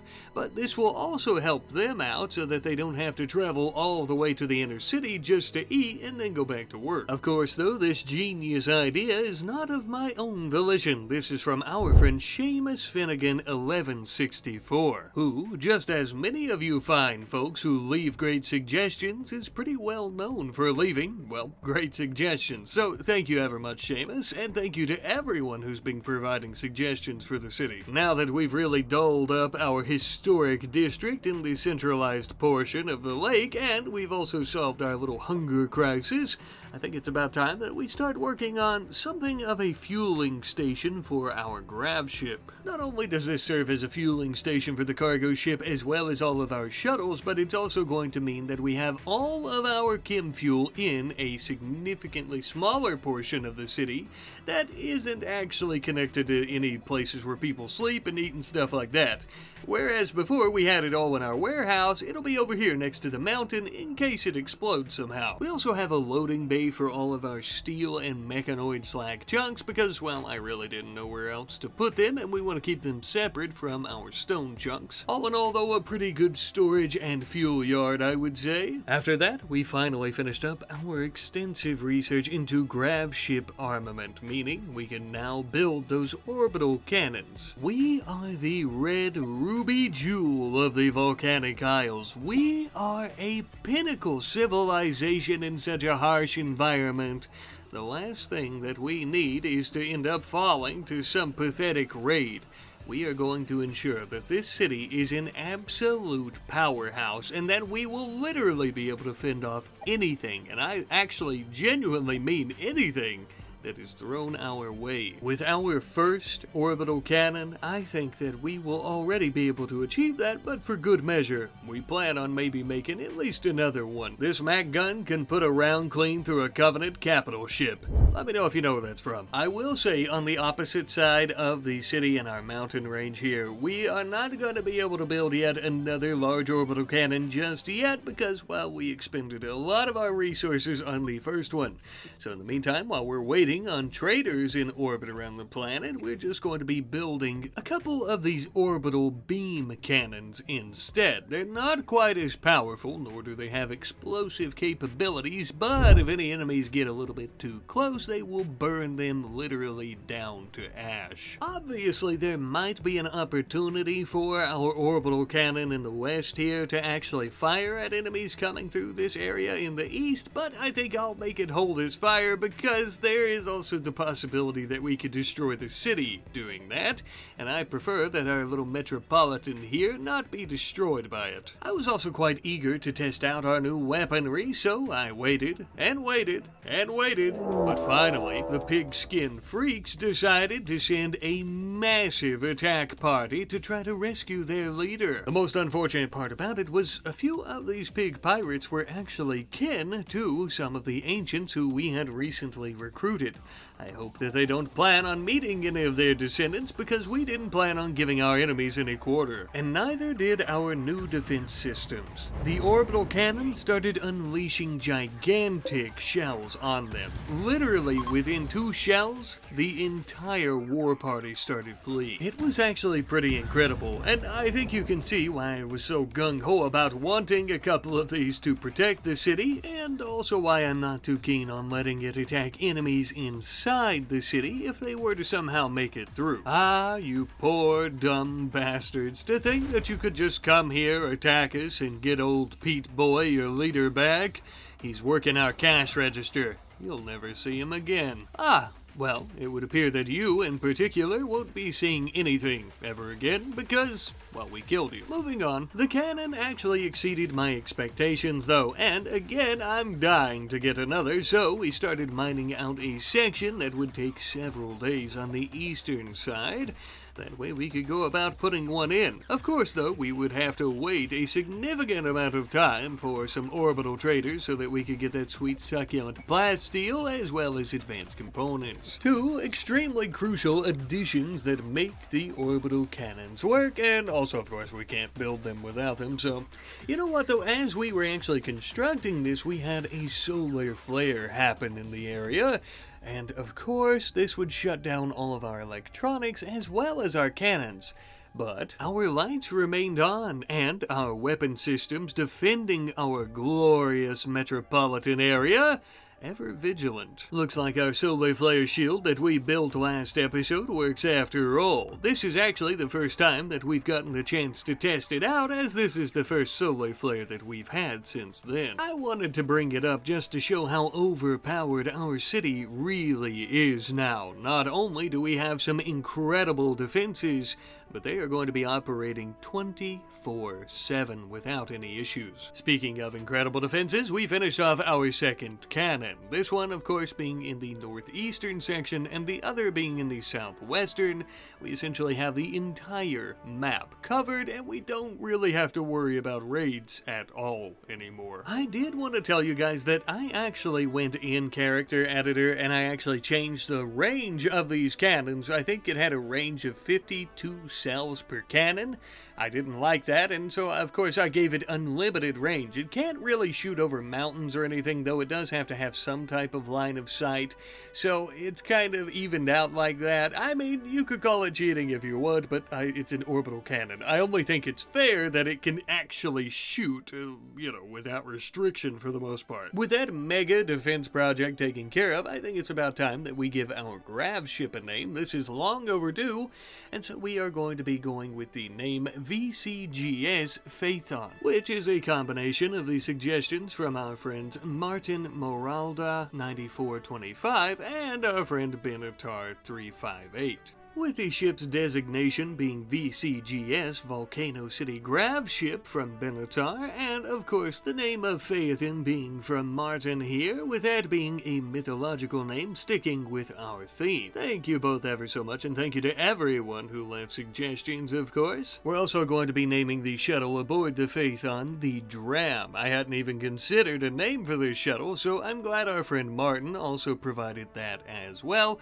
with this not only being mythological logical, but I think this one is actually a reference to Star Sector. Personally, I've never played Star Sector, but still a very cool reference, I'd say. As I was naming these vessels, I completely forgot that we had bought a monosword last episode that was still aboard the shuttle's cargo hold. Vulcan immediately unloaded this and handed it over as a gift to his papa. The founder and mayor of the city needs a fine weapon to defend it with, I'd say. And this one, unlike the Persona one that we found in the Ancient Danger, doesn't even get mad when you kill people with it. Oh, who would have thought? Speaking of the mayor, Elijah, he would end up getting a communication from the leader of the Neanderthals.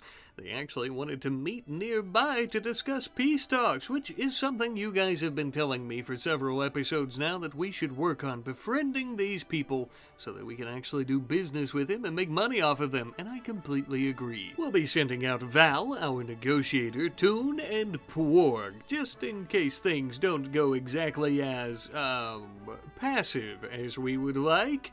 They'll also be packing their most brutal weapons along with them to turn Neanderthals into Neanderthal state. But let's not be hasty. Let's hope for a peaceful resolution to this whole ordeal.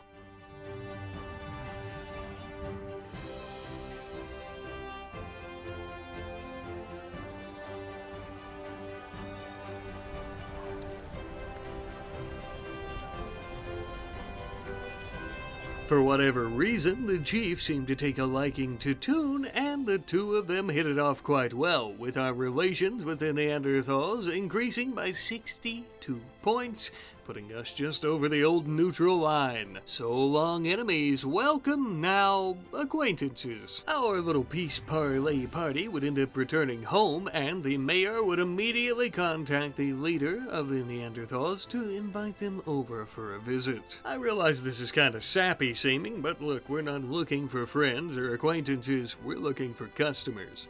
Thankfully, the Neanderthals agreed to send a delegation, and if we impress them, there's a good chance that they'll be repeat customers. While we're waiting on them to arrive, how about a little bit of trade? We have a lot of lava snails that we can sell off to the Outlanders, but before we do that, we actually have an Outlander slaver who has arrived. Unfortunately, for whatever reason, they weren't willing to purchase any of our snails, but we did sell them some obsidian, and in exchange we purchased the freedom of 3 of their prisoners, who can now help us patrol our prison and also help us govern our community. After they've equipped some sufficient weapons and armor, that is, already looking much better. Now then, with more people to help run the city, let's get around to loading up the old escargot runner full of, well, some escargot that we can then take off to our Outlander compadres, who would end up paying a very pretty penny for them. I will admit that though our snails are our lowest form of income, they actually still make us a good bit of money, mostly just because of how fast they breed. And also, of course, we're using quite a few of them in our restaurants, and if we weren't doing that, we'd make more.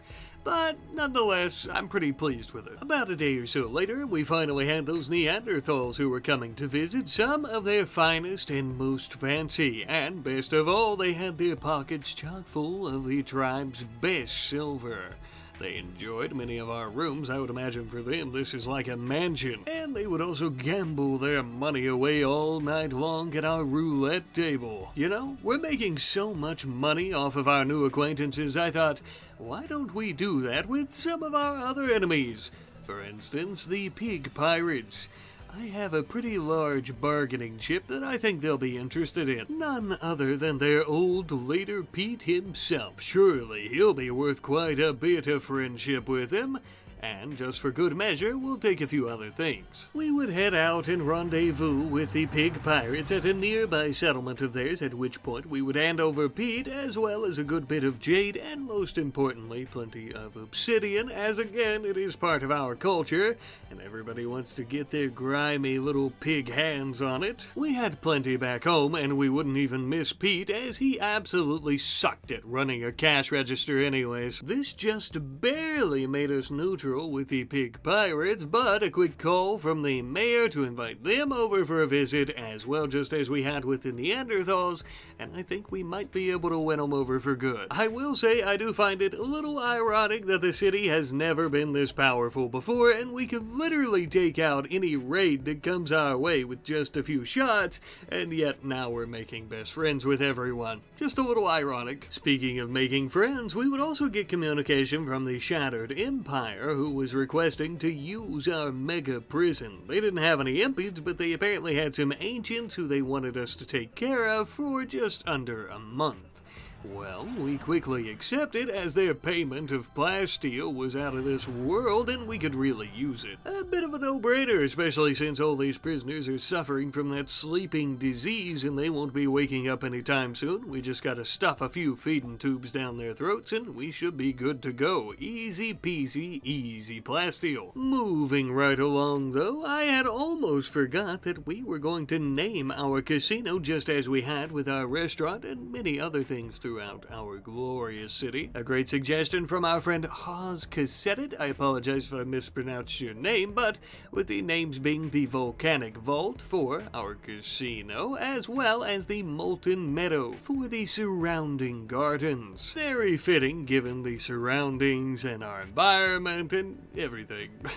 I must say befriending everyone is actually quite fun though, because our biggest issue now is trying to manage all of our friends who actually hate each other, trying to make sure that they don't come into the place at the same time and start having some type of race or gang war. The Neanderthal delegation enjoyed their stay so much, in fact, they decided to leave us a gift. Now, these weapons are basically useless to us, but awful kind and a very good sign. As our main folks here in the city are just basically managing day-to-day operations and guests and collecting money and things like that, we are actually going to have Vulcan begin loading up his cargo ship to go out on a great big trade mission. The greatest and largest trade mission to date for the city. And I don't say that lightly because we are landing on the opposite side of the world near some settlements that we have never traded with before. And since we have so many neutral factions now, we could easily take the shuttle out to many pig pirate settlements as well as outlander settlements, so on and so forth,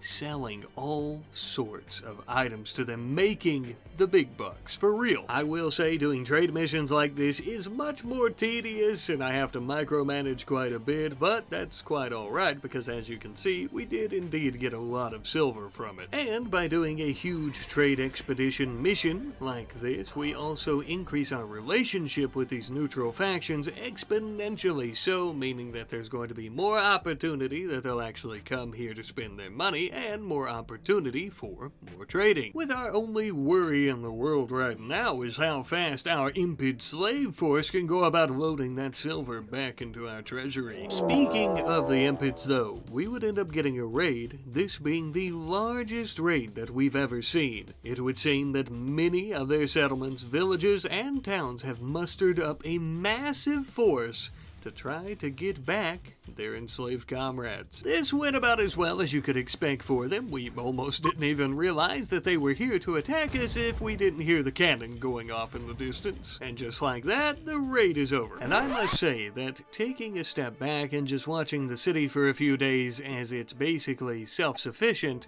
I don't even have to touch it anymore, as, you know, normally I would have to worry about fighting raids off and stuff like that. It's pretty incredible what we've created throughout this series. It's probably one of my favorite series, not only that, but also one of my favorite cities I think that we've ever built. Probably definitely top 5, I would say. The one that we built in Rags to Riches was pretty incredible. We filled out the entire map, but it's not quite doing it on a volcano, right?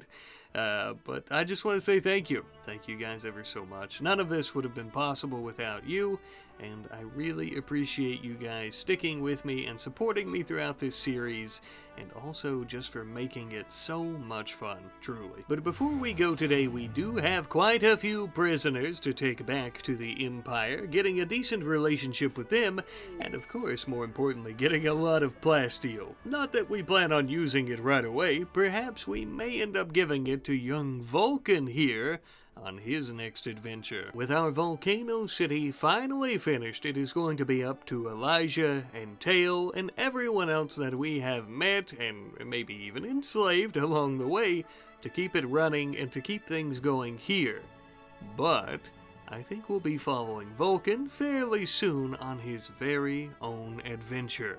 Where will he go? I'm not exactly sure. What will he do? Again, I don't exactly know. But we'll definitely be seeing him again. The torch has been passed, given to the Son by the Father. Until next time, friends.